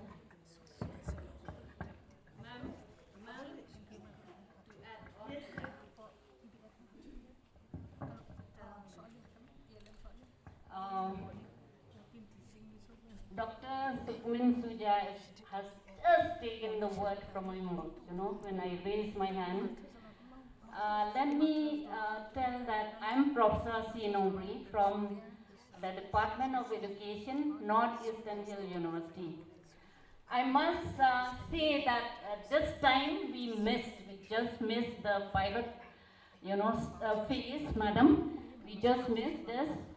But as Dr. Suja has rightly mentioned, before before this committee has been formed, we in the university has already gone ahead with preparation of the syllabi in the university, particularly in the Department of Education for professional courses. But we got the information that soon NCTE will come up with the new curriculum, the new curriculum framework, and that we have to adhere to the curriculum framework. So we stopped there, we have not gone ahead. And as you rightly mentioned, all these syllabi has to be passed on through the statutory body. It has to first come to the Board of Studies, then the school board, and then the academic council. You know, we had anticipated that it will come up by 31st May, you know, as promised, before 31st May. And we have also planned for Imagine BOS, Imagine School Board, and also Imagine EC. But unfortunately, it has not come. And our next, statutory body will be only in the next semester. So this is really, a query that I also want to place before, this August House to the experts. Thank you. No, we do admit that this time it is late. What might happen is on the first semester you may be slightly late in starting it, and then gradually you can catch it up. That is what we believe, because during COVID also all of us have experience of that derailment and then ultimately coming down, means normalizing it. Now, as far as the question of passing the same curriculum through different academic bodies is concerned, one simple answer could be, now the curriculum framework is there with you, so this framework can be passed by different bodies. And I think I have also been member of various academic bodies in many universities. Detailed syllabus may not, even if it is not there, it's fine. The curriculum framework is there, so that can be passed. And as has been promised by Chaturvedi ji, I think very soon the detailed syllabus also will be given. And in that syllabus you will find that perhaps you may not be required to do anything else. You can simply straight away adopt it and then start its implementation.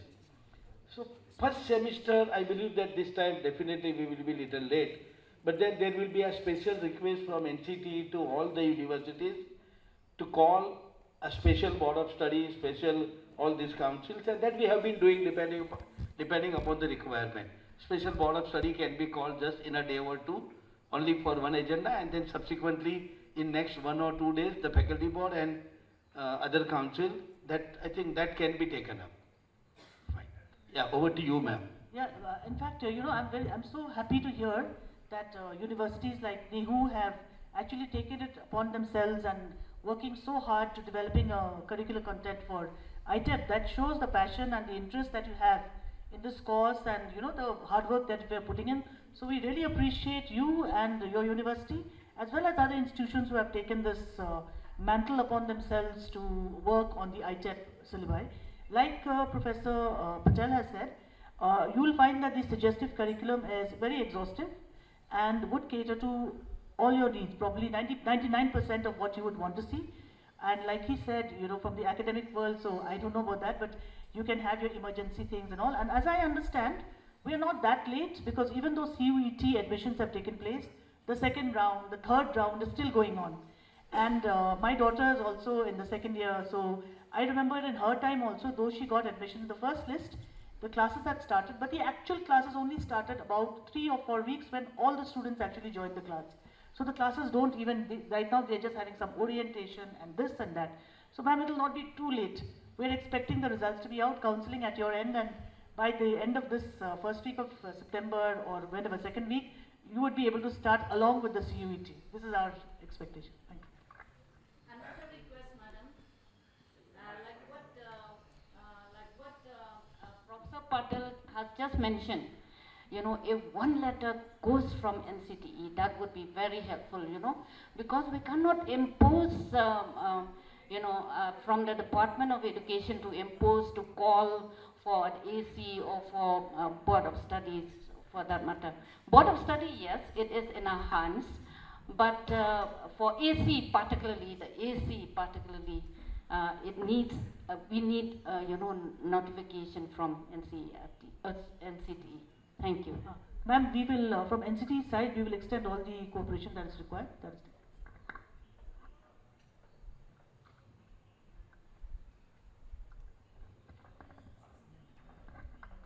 Good morning to one and all present here.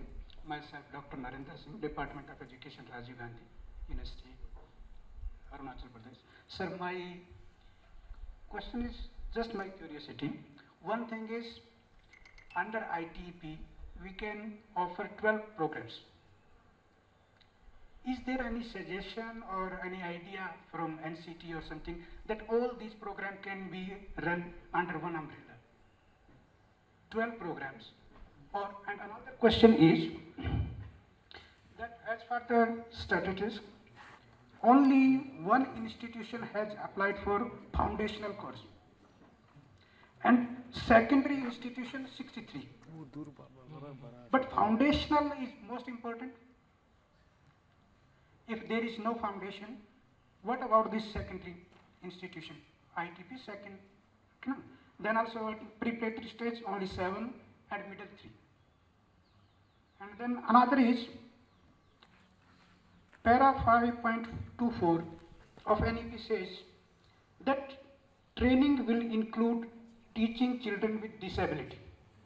With this faculty requirement, can we teach children with this disability? Normal teachers are being recruited.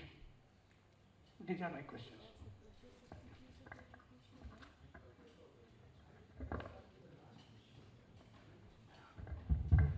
I will start with the last question. The other questions NCTE team will try to answer.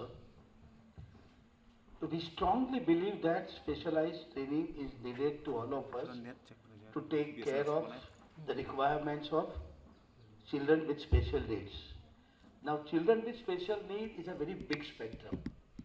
Unfortunately, what has been happening is we are considering only physically challenged students as students with special needs. But if we see the RPAD 2016, it talks about 21 disabilities, fine? And we definitely need training. I think, in that mentoring mission program, where I think you are also there, no? Or Roy Sam, he might address, but according to NEP, continuous professional development also is a must. So in order to ensure that they will be regularly in service training, and this will be required. If it is not planned at this stage, maybe in days to come, this will be planned.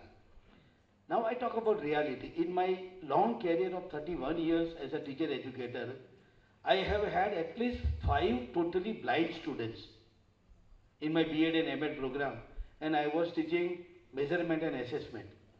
Okay, in which I was also telling them how to find out standard deviation. It was really very tough time for me. I didn't have any training, but somehow I managed. But then this is the reality I have talked about. In ideal situation, specialized training is a must, and through that CPD, continuous professional development, and national mentoring mission, this definitely will be taken care, and this is a must. We all know, because like me, you also in your career might have come across this kind of student.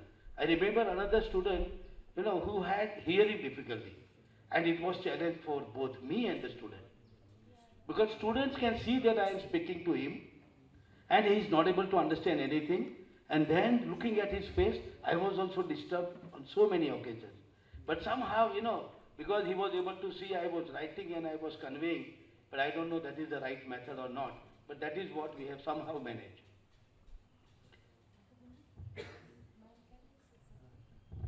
I can maybe say from the course perspective, the ITEP course, not on the teacher educators. So in ITEP course, all the difficulties what sir has said.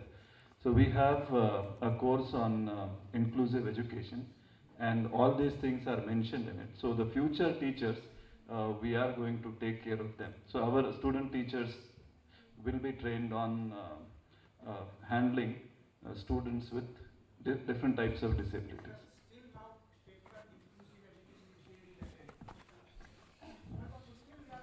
Yeah, and understand. So just mentioning special education is not going to make the Can I challenge say unless we recruit the faculty. Can I say something? Yes. I'm Dr. Melissa from NERIE.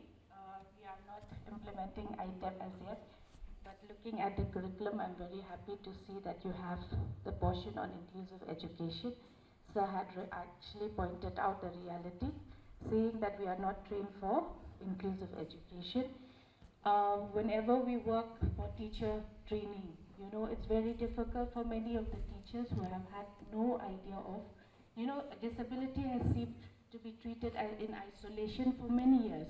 But the fact that when we say inclusive education, whatever we do now is inclusive education. Even our regular teachers who are training B.Ed courses right now, so we have a course on inclusive education.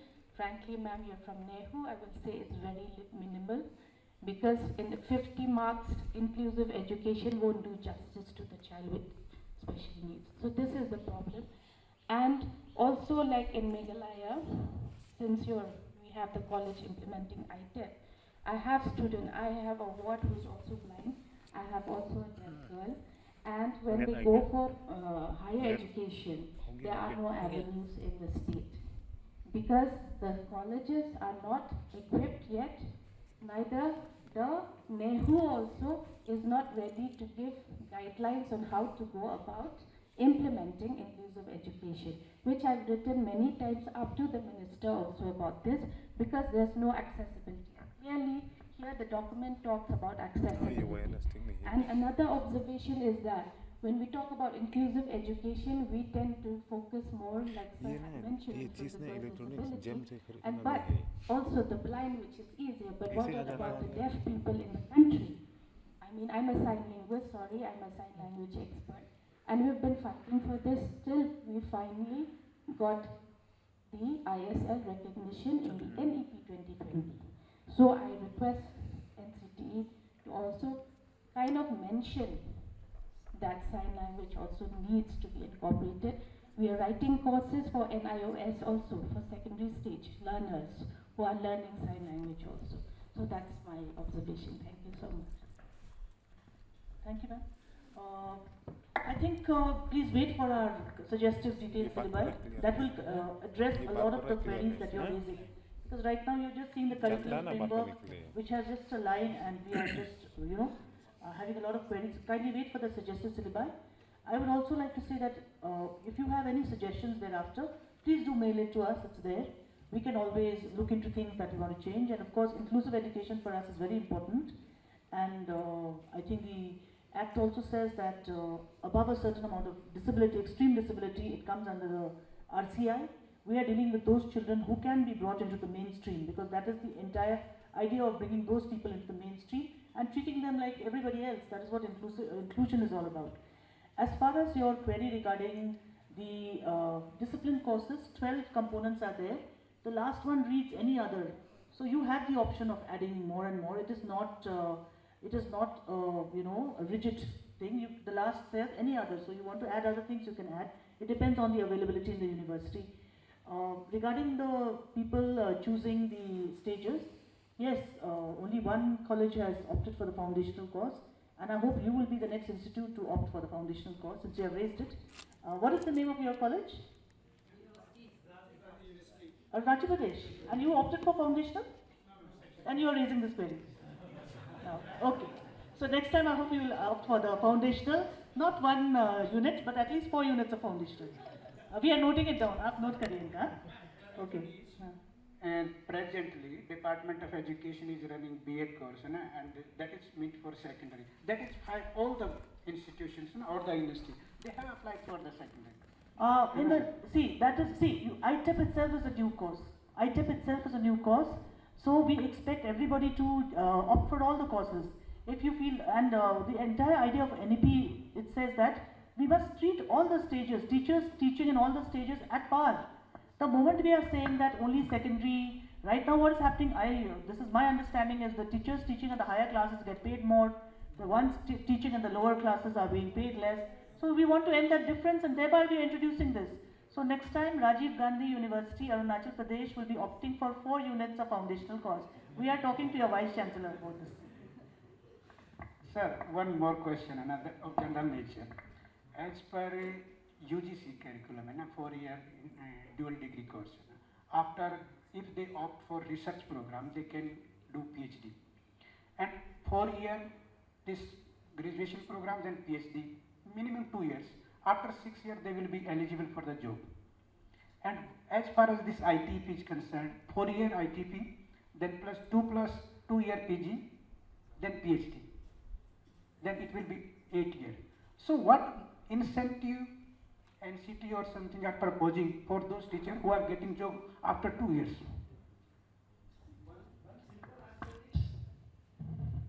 That undergraduation with 4th additional year will fetch them only 1 degree. Okay? It will be only either BA, BSc, BCom with 1 more additional year. Whereas here in these 4 years, they are getting 2 major degrees. Then, and the other part, whether this 4-year integrated teacher education program students will be eligible to take admission into 1-year PG or 2-year PG. As on now, I am not able to answer that question, because this, I think, we'll take it up with UGC also. Otherwise, you know, if this is equated with the 4-year, only 1 degree UG program. See, the major difference is this. There is only 1 degree, whereas this is a dual degree. In 4 years, the students are getting 2 degrees. Whereas, see, those students, after completing 4th year, according to NEP, if they decide to go for BA program, they will have to invest 1 more year. NCTE will come up perhaps with 1-year BA program also. Okay? So I don't think, you know, presently we should be equating these 2 programs. This is a very unique program with dual major degree. I think Madam wants to add on. Yeah, actually, I think, you know, see, I'm not from the education background per se, my experience is just 3 years. I have seen that whenever our teacher educators are dealing with this component, there is a bit of a confusion, because we are preparing school teachers. Though you are a higher education institution, but you are preparing school teachers. And this is the requirement qualification for a school teacher. What you are talking about so many years, that maybe for a higher education to become a professor. Well, we are not preparing professors. That is the UGC degree. You pass your NET and this and that. So we should be very absolutely clear, because there seems to be a lot of confusion. This is happening so many times during our discussions, that invariably, because the assistant professors, etc., manning these things, they go into that higher education mode. So that, I think we need to get out and understand who are we preparing the course for school teachers. Now, does the school teacher require a PhD for that? I mean, that is a different thing. For higher education, definitely, but so that's why our course, which are, you know, created by experts like that, they are really, they have kept this in mind, that it is for a school teacher, and how much of content knowledge, how much of training, how much of practicum is required for a school teacher, and who are we addressing the students? The primary classes, the absolute babies, different type of, you know, different way of teaching is required, methodologies are different, pedagogies are different. When we are going slightly higher classes, then it becomes subject specific. So then it's required. Then when we are teaching 9, 10, 11, 12, again it's a different mode. It is not so. Let us just keep this, you know, this bifurcation in mind when we are addressing the course for school teachers.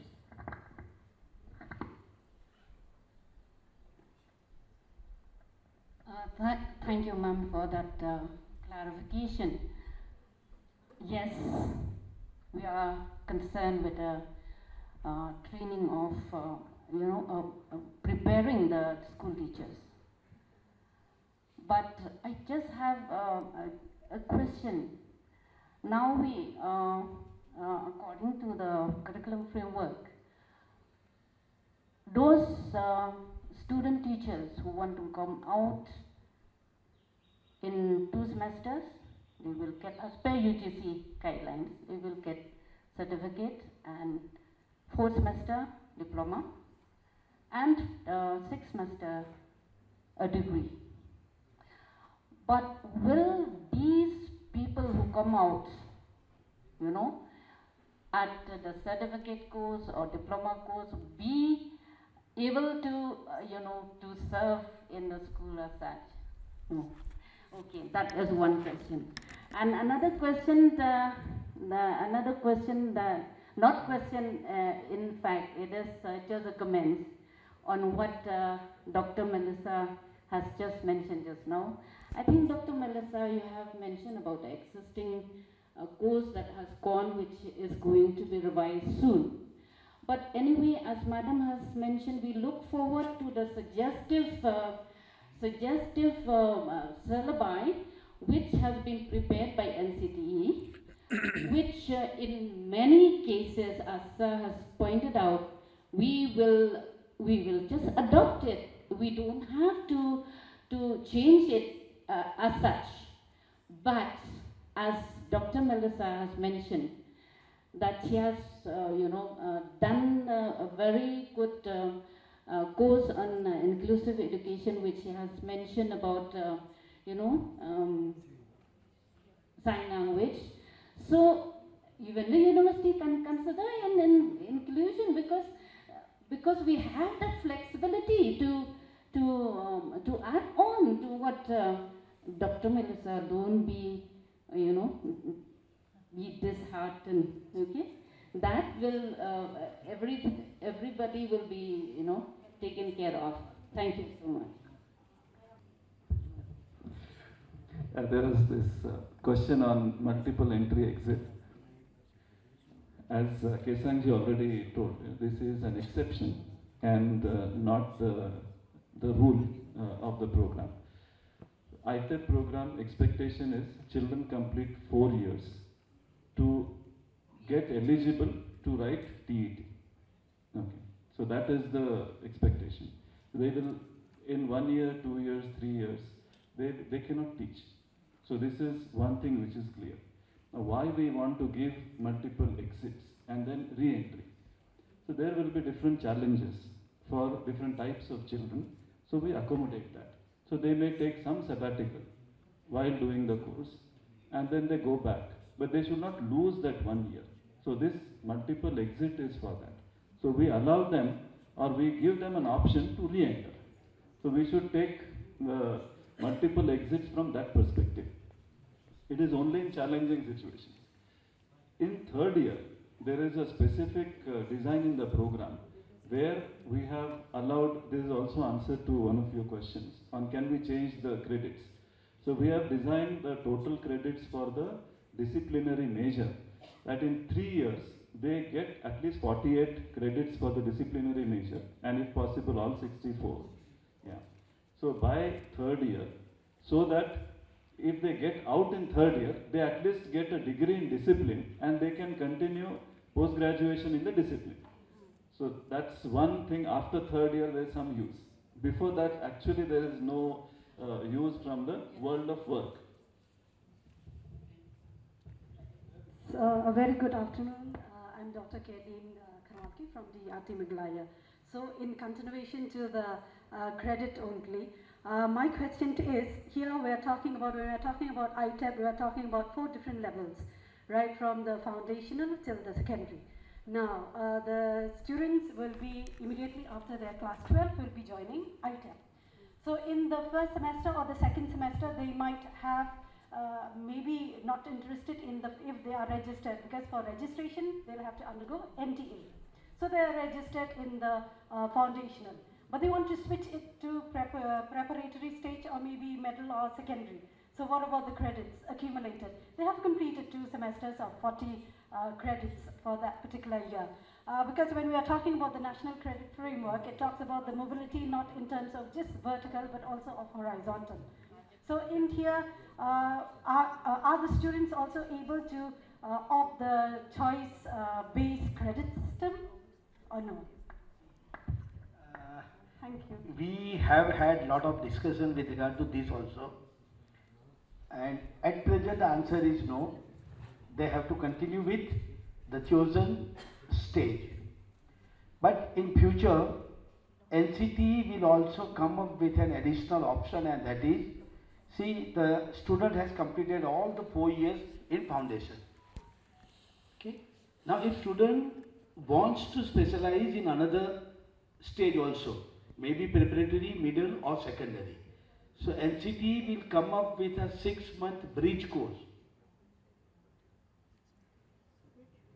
Yes, in order to help them specialize in another stage also.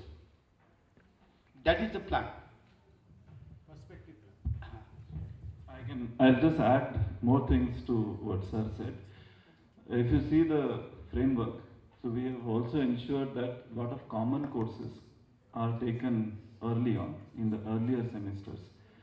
But there is no provision to jump. Because if you give that flexibility, then there will be chaos in the system. Right? So children go first semester or second semester, they go for foundation. Next semester they go for secondary, and then we can't restrict in just one semester, so 2 semesters. Right? It's the same thing like in engineering.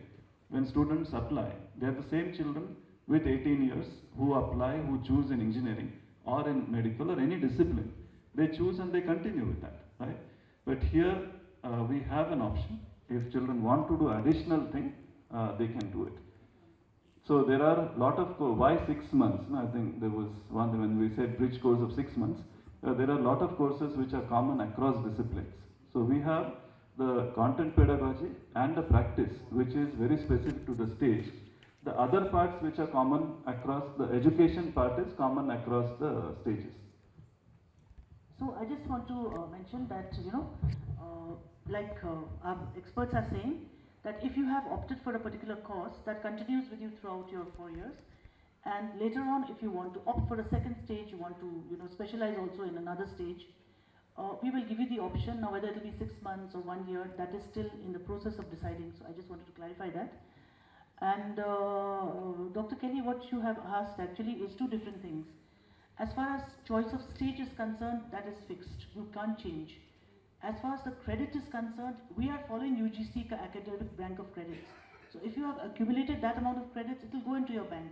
That credit you will get. So these are 2 different things. No, I'm fine.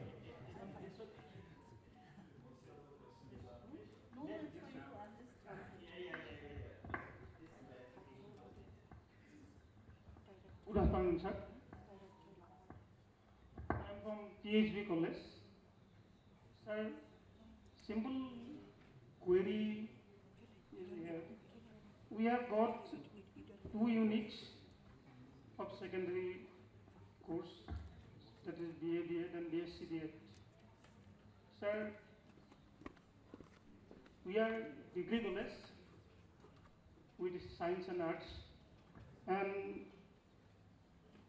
at present 14 subjects are going on in undergraduate course. Now, Guwahati University has already started classes from 1st August 2023. Major courses already, to some extent, 1-2 units already completed. Then,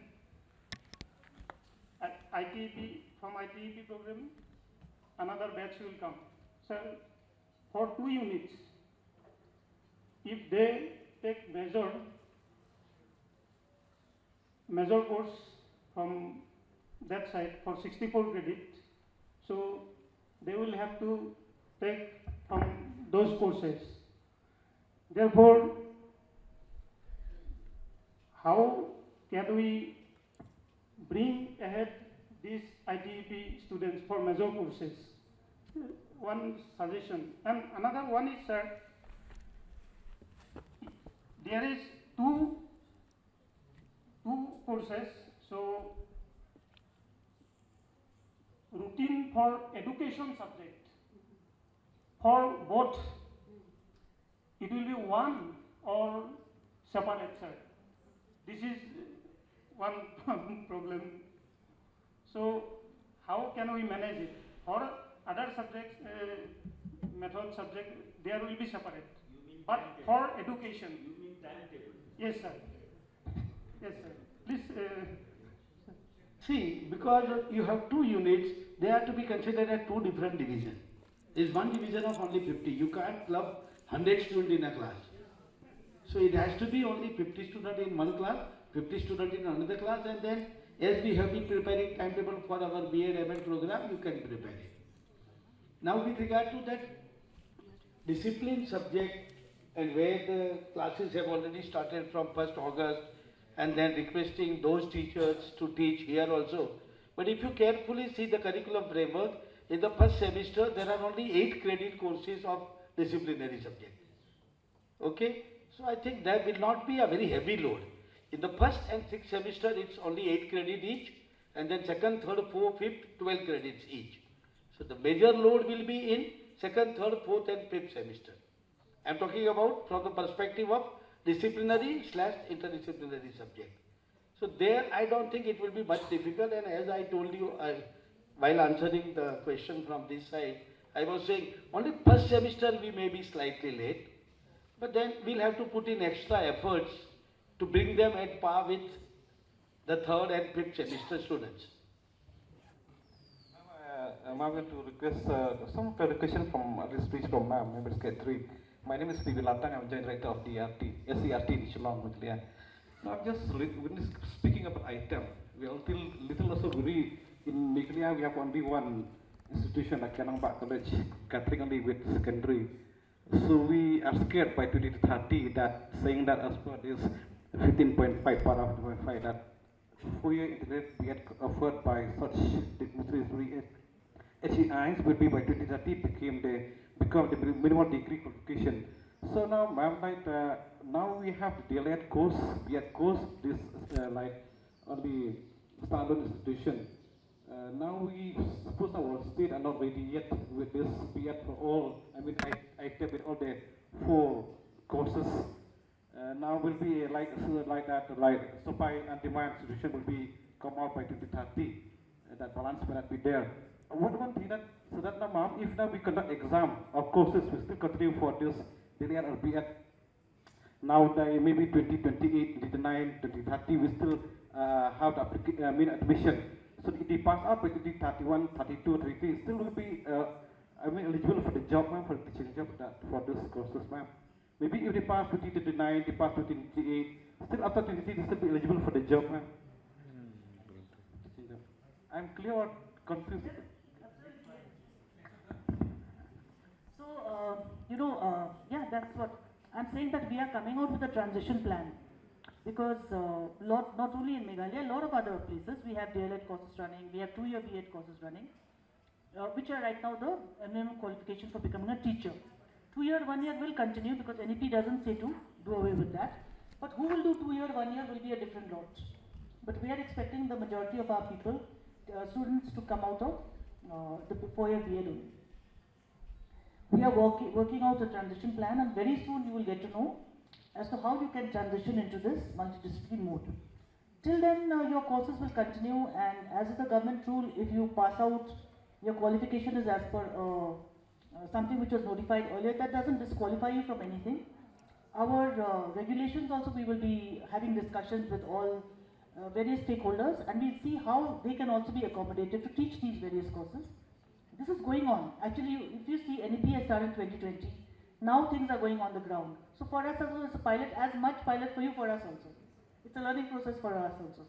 So we are also seeing how can you be, because our aim is, when we have such a big resource pool, an experienced resource pool with us, we must make the best use of them. So as a this question now, what will happen to us trained in the old system? What will happen to our jobs? This we get everywhere. Nothing will happen to you.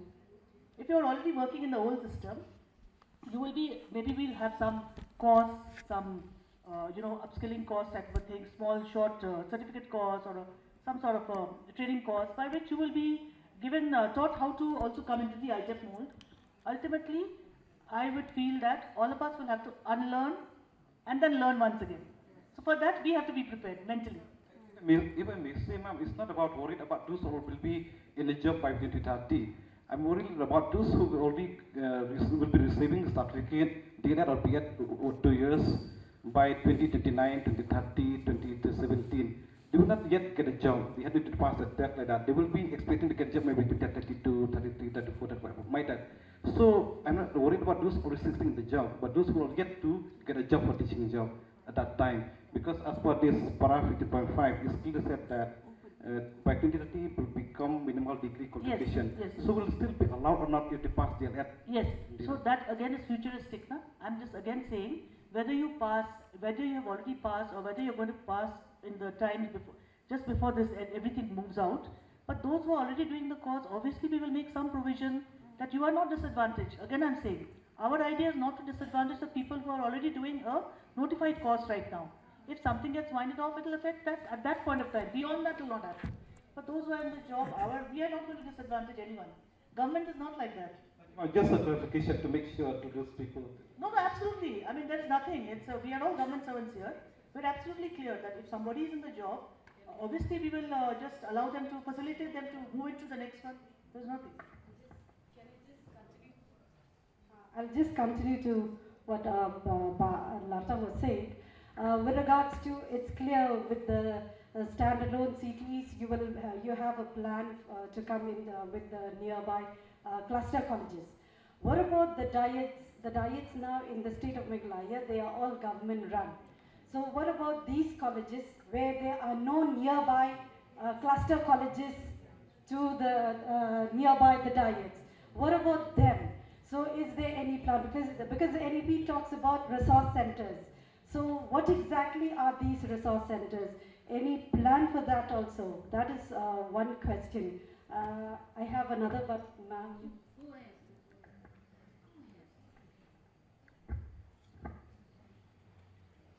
Yes, before Madam answer those questions, I also,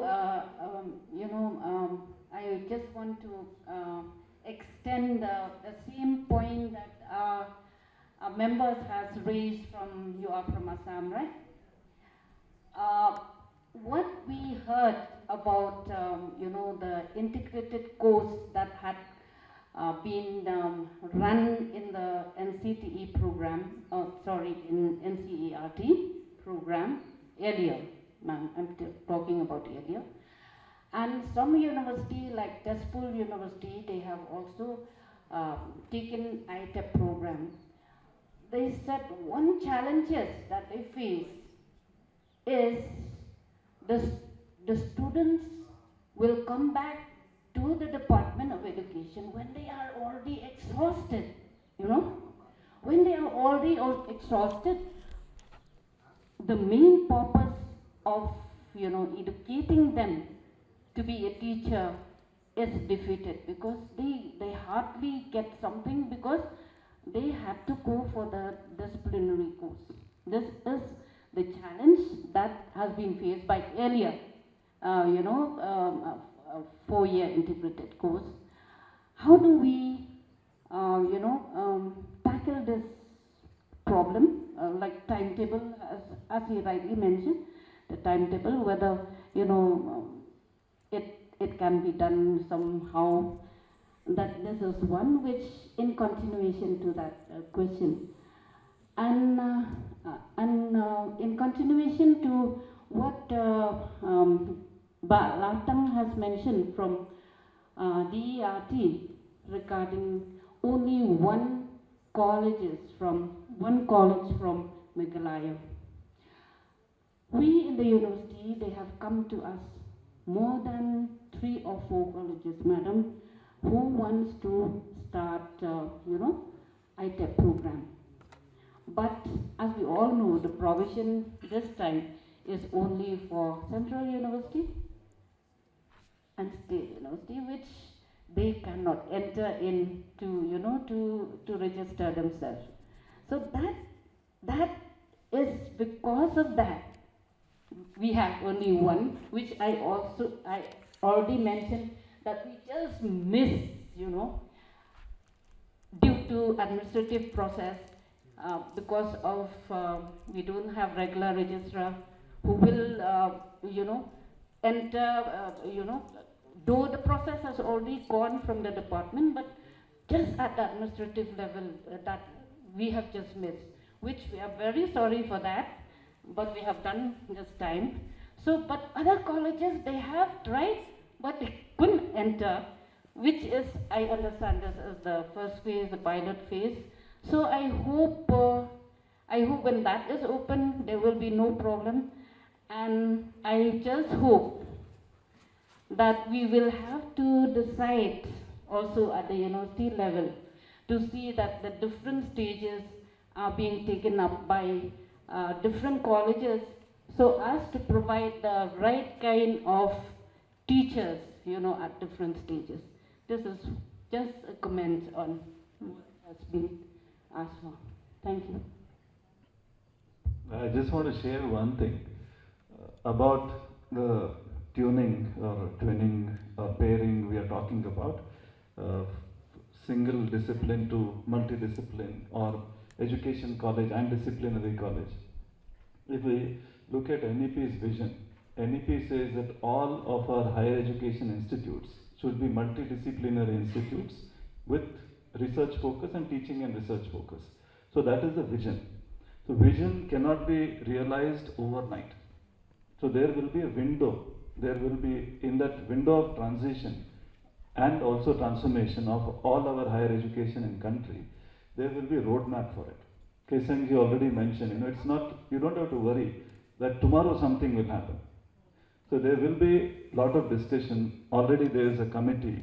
So a lot of discussion will happen, and it's not just going to be your college or one state. So entire country we have to think about, and there will be different steps taken at different times.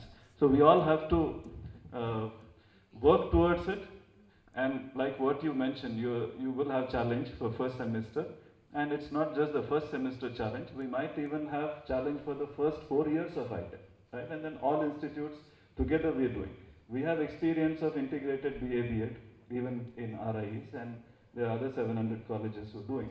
But ITEP has even brought in certain aspects of NEP.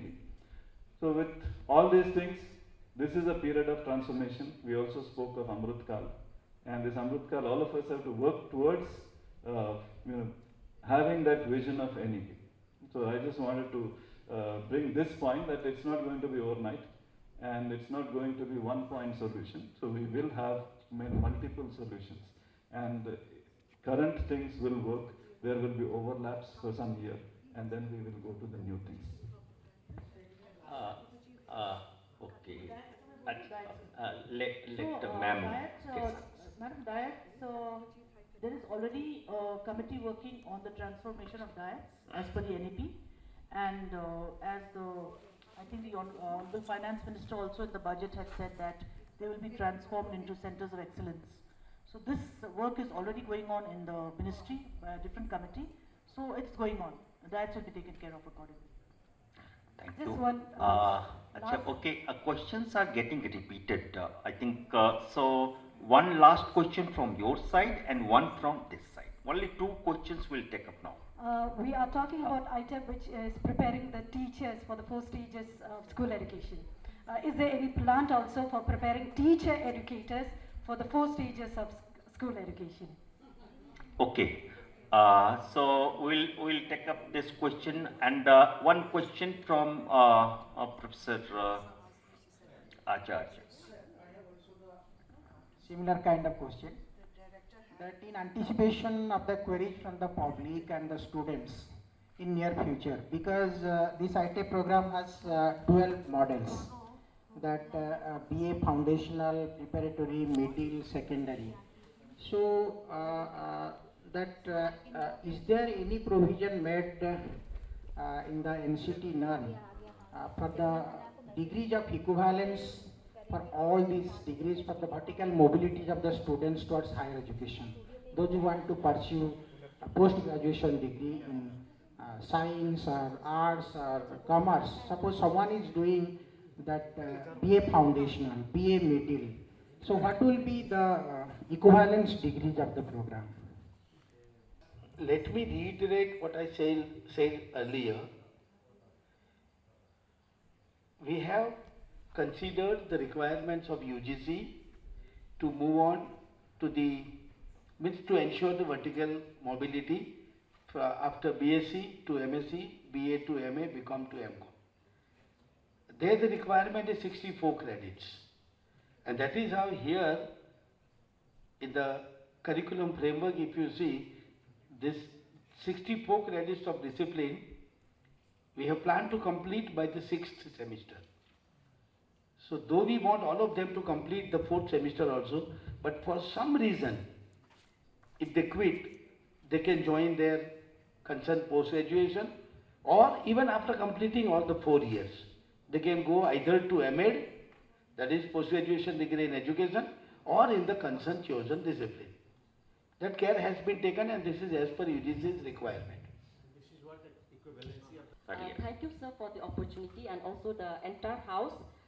In fact, it's not a question, it's rather a request. NEP Chapter 5:15 have given provision and recommendation for centralized entrance exam. NEP also focuses on mother tongue. As per NTA earlier notification for NCERT exam 2023, there were 33 language choice, out of which the students have to choose 2 languages which are not spoken or rather used in some states. So as a result, requests were made in which the late NTA notification include alternative English as well as Hindi. So will NCE take care to include other languages as highlighted in NEP for mother tongue as well in the future for the benefits of the students? Thank you. Yes, ma'am, this concern has been raised earlier to us. So in the next, when you have the next UET, all these concerns will be addressed. And since NEP itself is stressing so much on regional languages and mother tongue, we will take care. This matter will be examined and all the relevant languages will be included. It will be our endeavor. It will be our endeavor to include the various languages so that no segment of India or no state of India is, at a disadvantage in any way. So that we will work at. Thank you, ma'am. Madam, I can add on, if I have understood it correctly, I don't know. In this ITEP curriculum framework, there are 2 languages to be taken up by these students. Currently, we have called them as L1 and L2. Now, L1 is one of the languages out of 22 which are in Schedule 8 of government. So, L1 will be from that. And L2 is other than L1. Okay? Sir, I have started the questions. Now I think so I am the last person to end the questions. Actually, after coming over here, I have seen that we are the only institute where we don't have the education. And these courses we would like to start under the Department of Management and Humanities and Social Science. But the importance is like that we would like to start that separate Department of Education. Otherwise, it will not be a good one, because while it has come to start this in NIT, to start the ITEP, then it has been told by the Joint Secretary in the meeting that the quality teachers should be produced to export also the teachers to the outside. So, viewing this one, that being a NIT, because while we will be starting, sir, we are having the master degree as well as PhD program also to make the teachers educators. So please look into that, because from the matters deliberation it is come that we are looking after the first our teachers education, that is we have to do the school education. But please look into that how to make this the vertical one also. Another one is that, sir, as it is started in IIT also, because we are having the admission policy for the foreign students under our different courses, that is under the Study in India, DASA and through ICCR. Whether it would be also relevant to do in that category also, please look into this one. And the third one is that the teachers, as while we have applied, we are having the PhD degree holders in our allied department, as well as we are at the Kendriya Vidyalaya where B.Ed peoples are there. We have started. Now we will go for our regular recruitment. So as per our that is policy, that 12:1 students, because we will be having the 200 students. So based on that, we will be going for the recruitment policy also.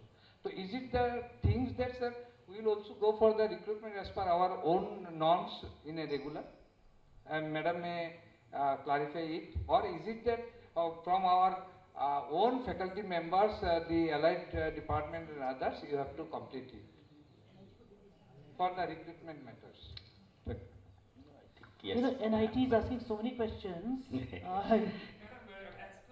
and one after the other we are forgetting. It's so difficult. Yeah. No, this issue is there with everybody, especially it would be with everybody. And since you all are starting for the first time, education is a totally new component for you. So yes, it is an issue. Our notification says that there should be an education department separate, because in that way then we have also given our norms of who is to be recruited there, or you can even have it on a sharing basis, but that is the thing. So we are expecting that whoever has taken our course has to adhere to our notification. So that you would have to do an internal working and work it out with your thing. As far as your disciplinary aspect, the teachers are there, we have given a concession in our May 22 notification to IITs, NITs, where that B.Ed degree we have dispensed with only for these specific institutions, since you are already having very, well known and academicians, qualified academicians. So that concession we have given. That's why I'm saying we have also given concession to you, taking into requirement. So please try to have your education department separately, and accordingly, whatever other courses that you will do in that gradually will come out. See, it's the first year for you also, first year for us also. So whatever problems you're facing, especially for you all, IITs, NITs, this will be absolutely new, right? So these queries are coming from everywhere. What we are going to do is, we will have, like you said, please mail us, and we will send our experts to your institutions. Let them stay there for 2 or 3 days. We will send our team, and then you can have. We have done that for IIT Bhubaneswar. So we can even do it for you also. And we will let them sit with you for 2-3 days, and you just thrash out all your problems. So you come at some sort of an understanding. But let me tell you, we are very happy that institutes like yours have taken up the course. It gives it a lot of, significance that institutes like IITs and ITs have taken up the course. So we have to thank you for that also. Okay, yeah. One question from this young man. Respected everyone. My question is that after 2030 there will be no specific B.Ed courses. So I think 2028 will be the last time someone will be able to do B.Ed individually. So let's say someone passes only BSc or BA in the year 2030. They did not do B.Ed, ITEP course. So, but they have a strong desire to become a teacher. Now, they did BA or BSc, but my question is, will they be allowed to have a lateral entry in the ITEP? And let's say they already did their BA and BSc. Now, absorb my certificate of BA and BSc and give me an ITEP degree. Will there be a provision of something like that? Because otherwise they don't have any provision for it. We got your.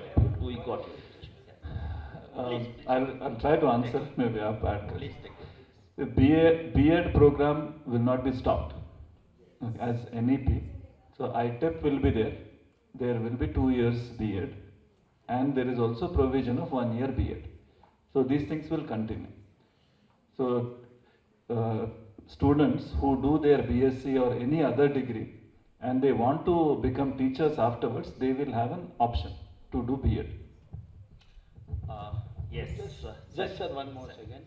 To further expand this, say after BSc, a student has decided to complete MSc. And then after completing MSc, now if he thinks that he or she wants to do B.Ed. So for them, as per NEP, there will be a 1 year B.Ed program after post-graduation.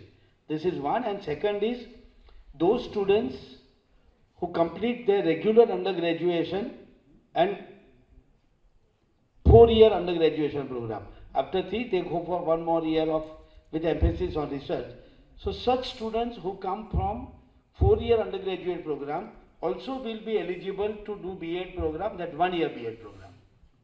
So it means 3 B.Ed programs will coexist. 1 year B.Ed, 2 year B.Ed and 4 year ITEP.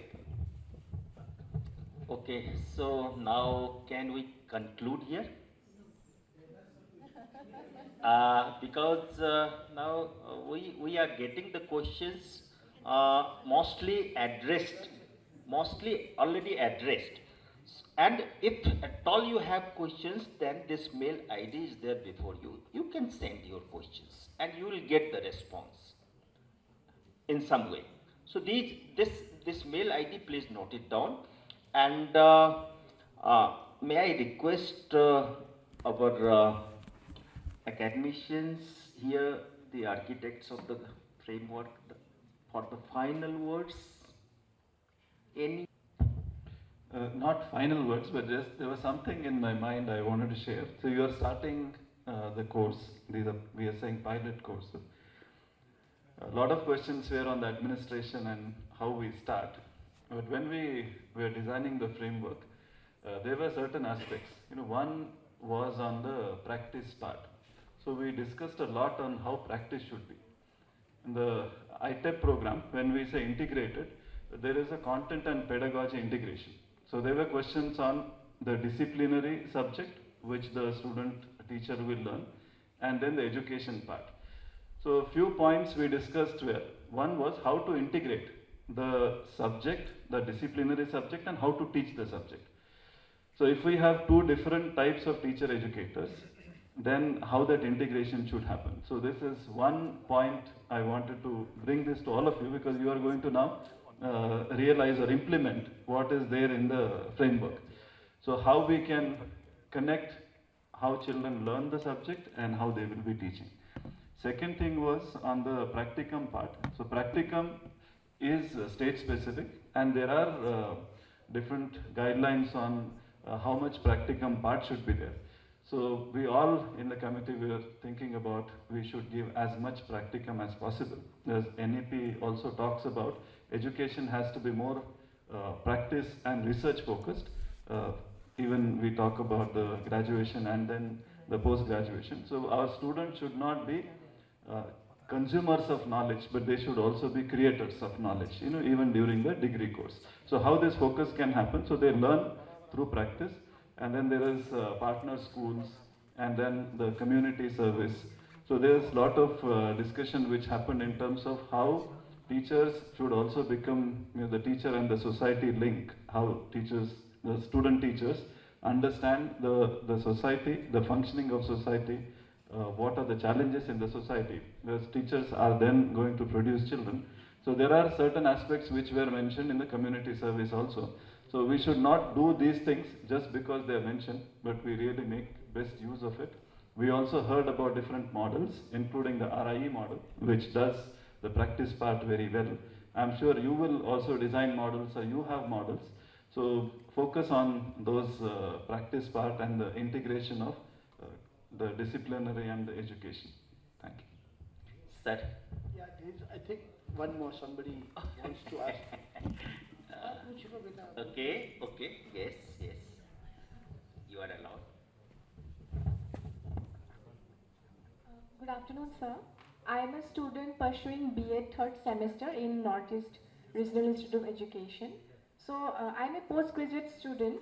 My question is, what are the possibly given guidelines or probably the expected qualifications that is expected from a teacher who would be giving training in ITEP programs?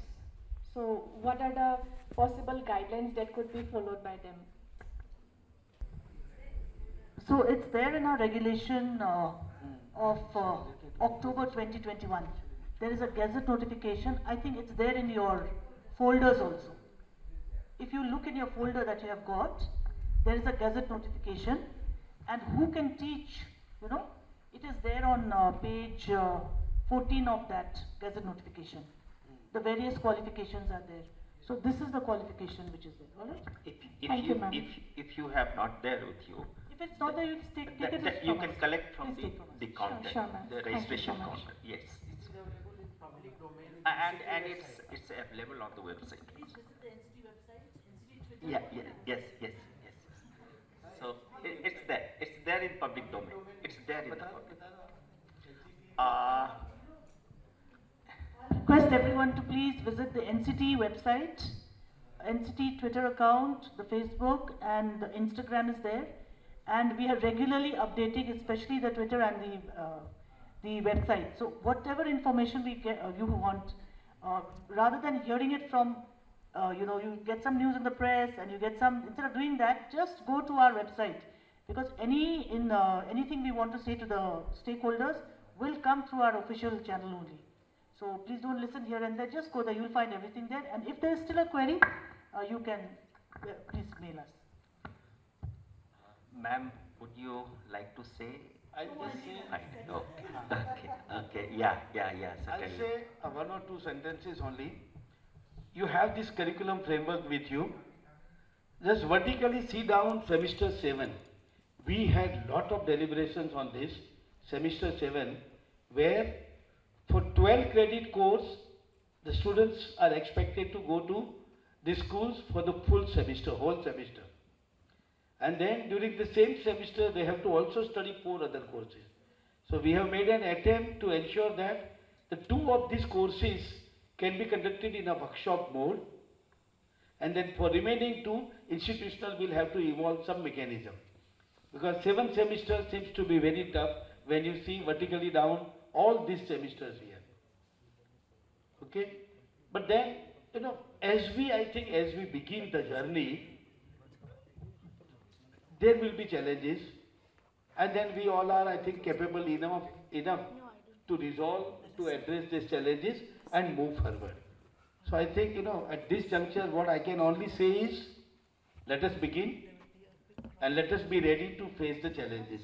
And I'm sure we'll be able to achieve the goal that we have envisaged here. The best teachers who will have the knowledge of Indian knowledge system also, and will be trained globally, who will be able to compete with the teachers of other countries. That is what we are visualizing here. Thank you very much. Okay, so now we are pausing for some time.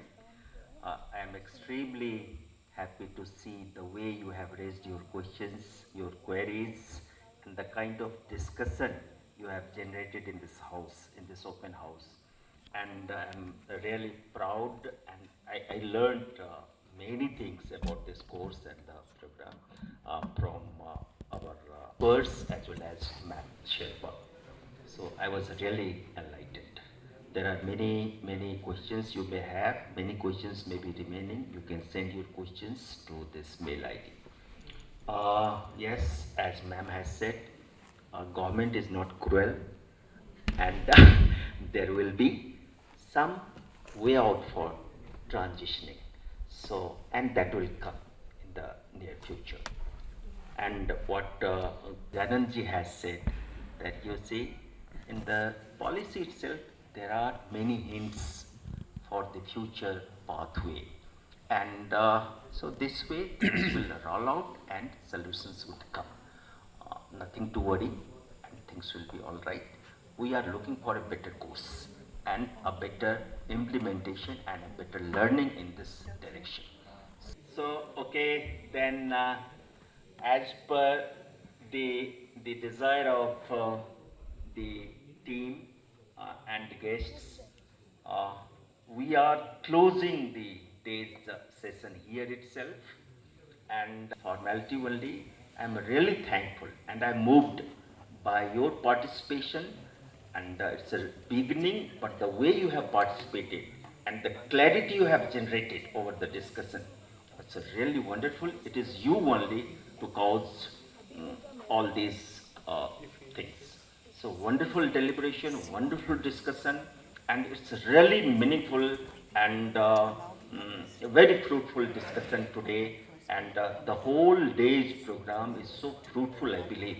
And personally, you also, all of you, those who are going to implement this program, you must have felt that you have got something for a better implementation in your institutions.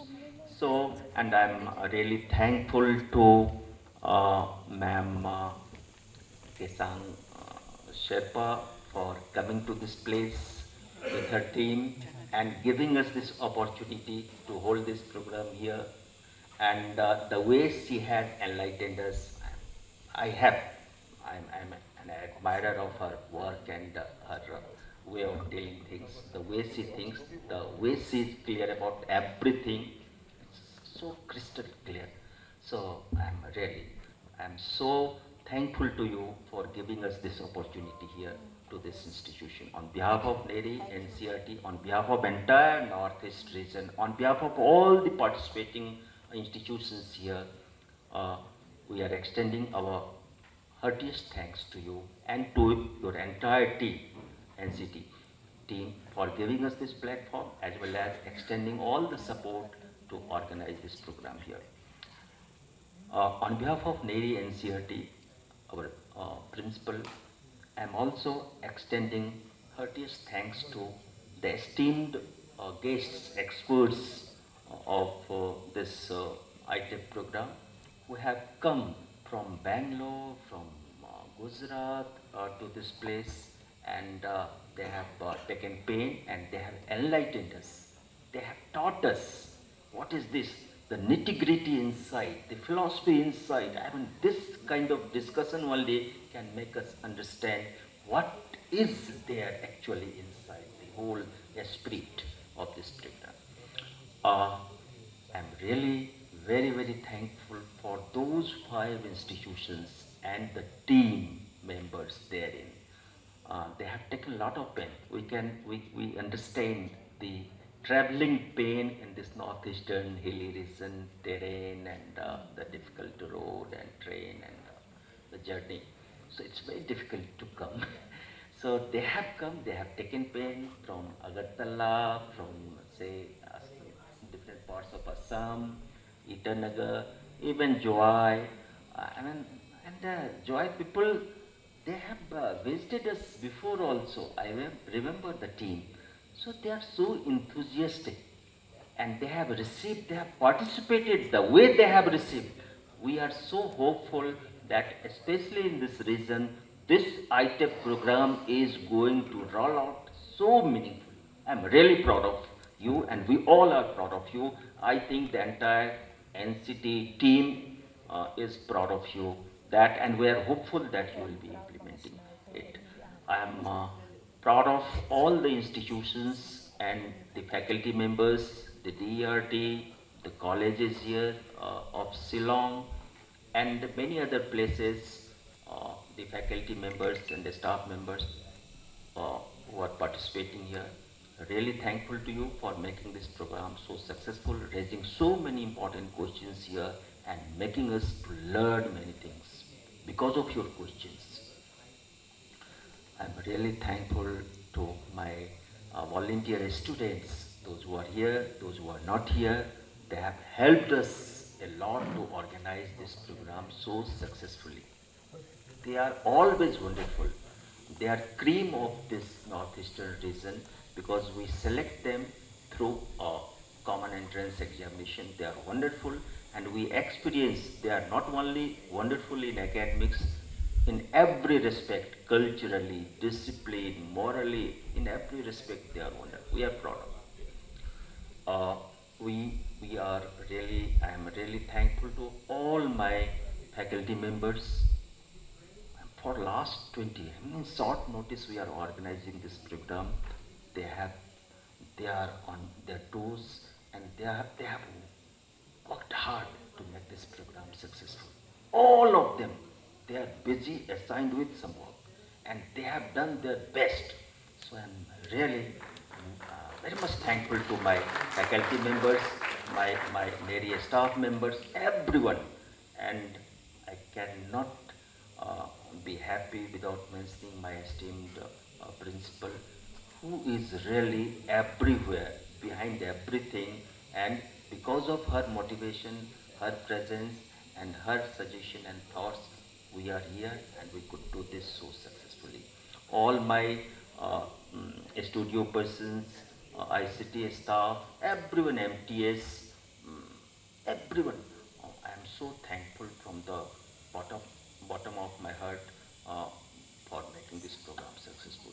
So with these few words, I thank you all for making this program so meaningful, so successful. A brief program, but very, very smart program. And it is because of you all, because of experts, because of Ma'am Sherpa and her team, NCTE team, and because of their offering us to organize this program. Yeah. Many, many thanks.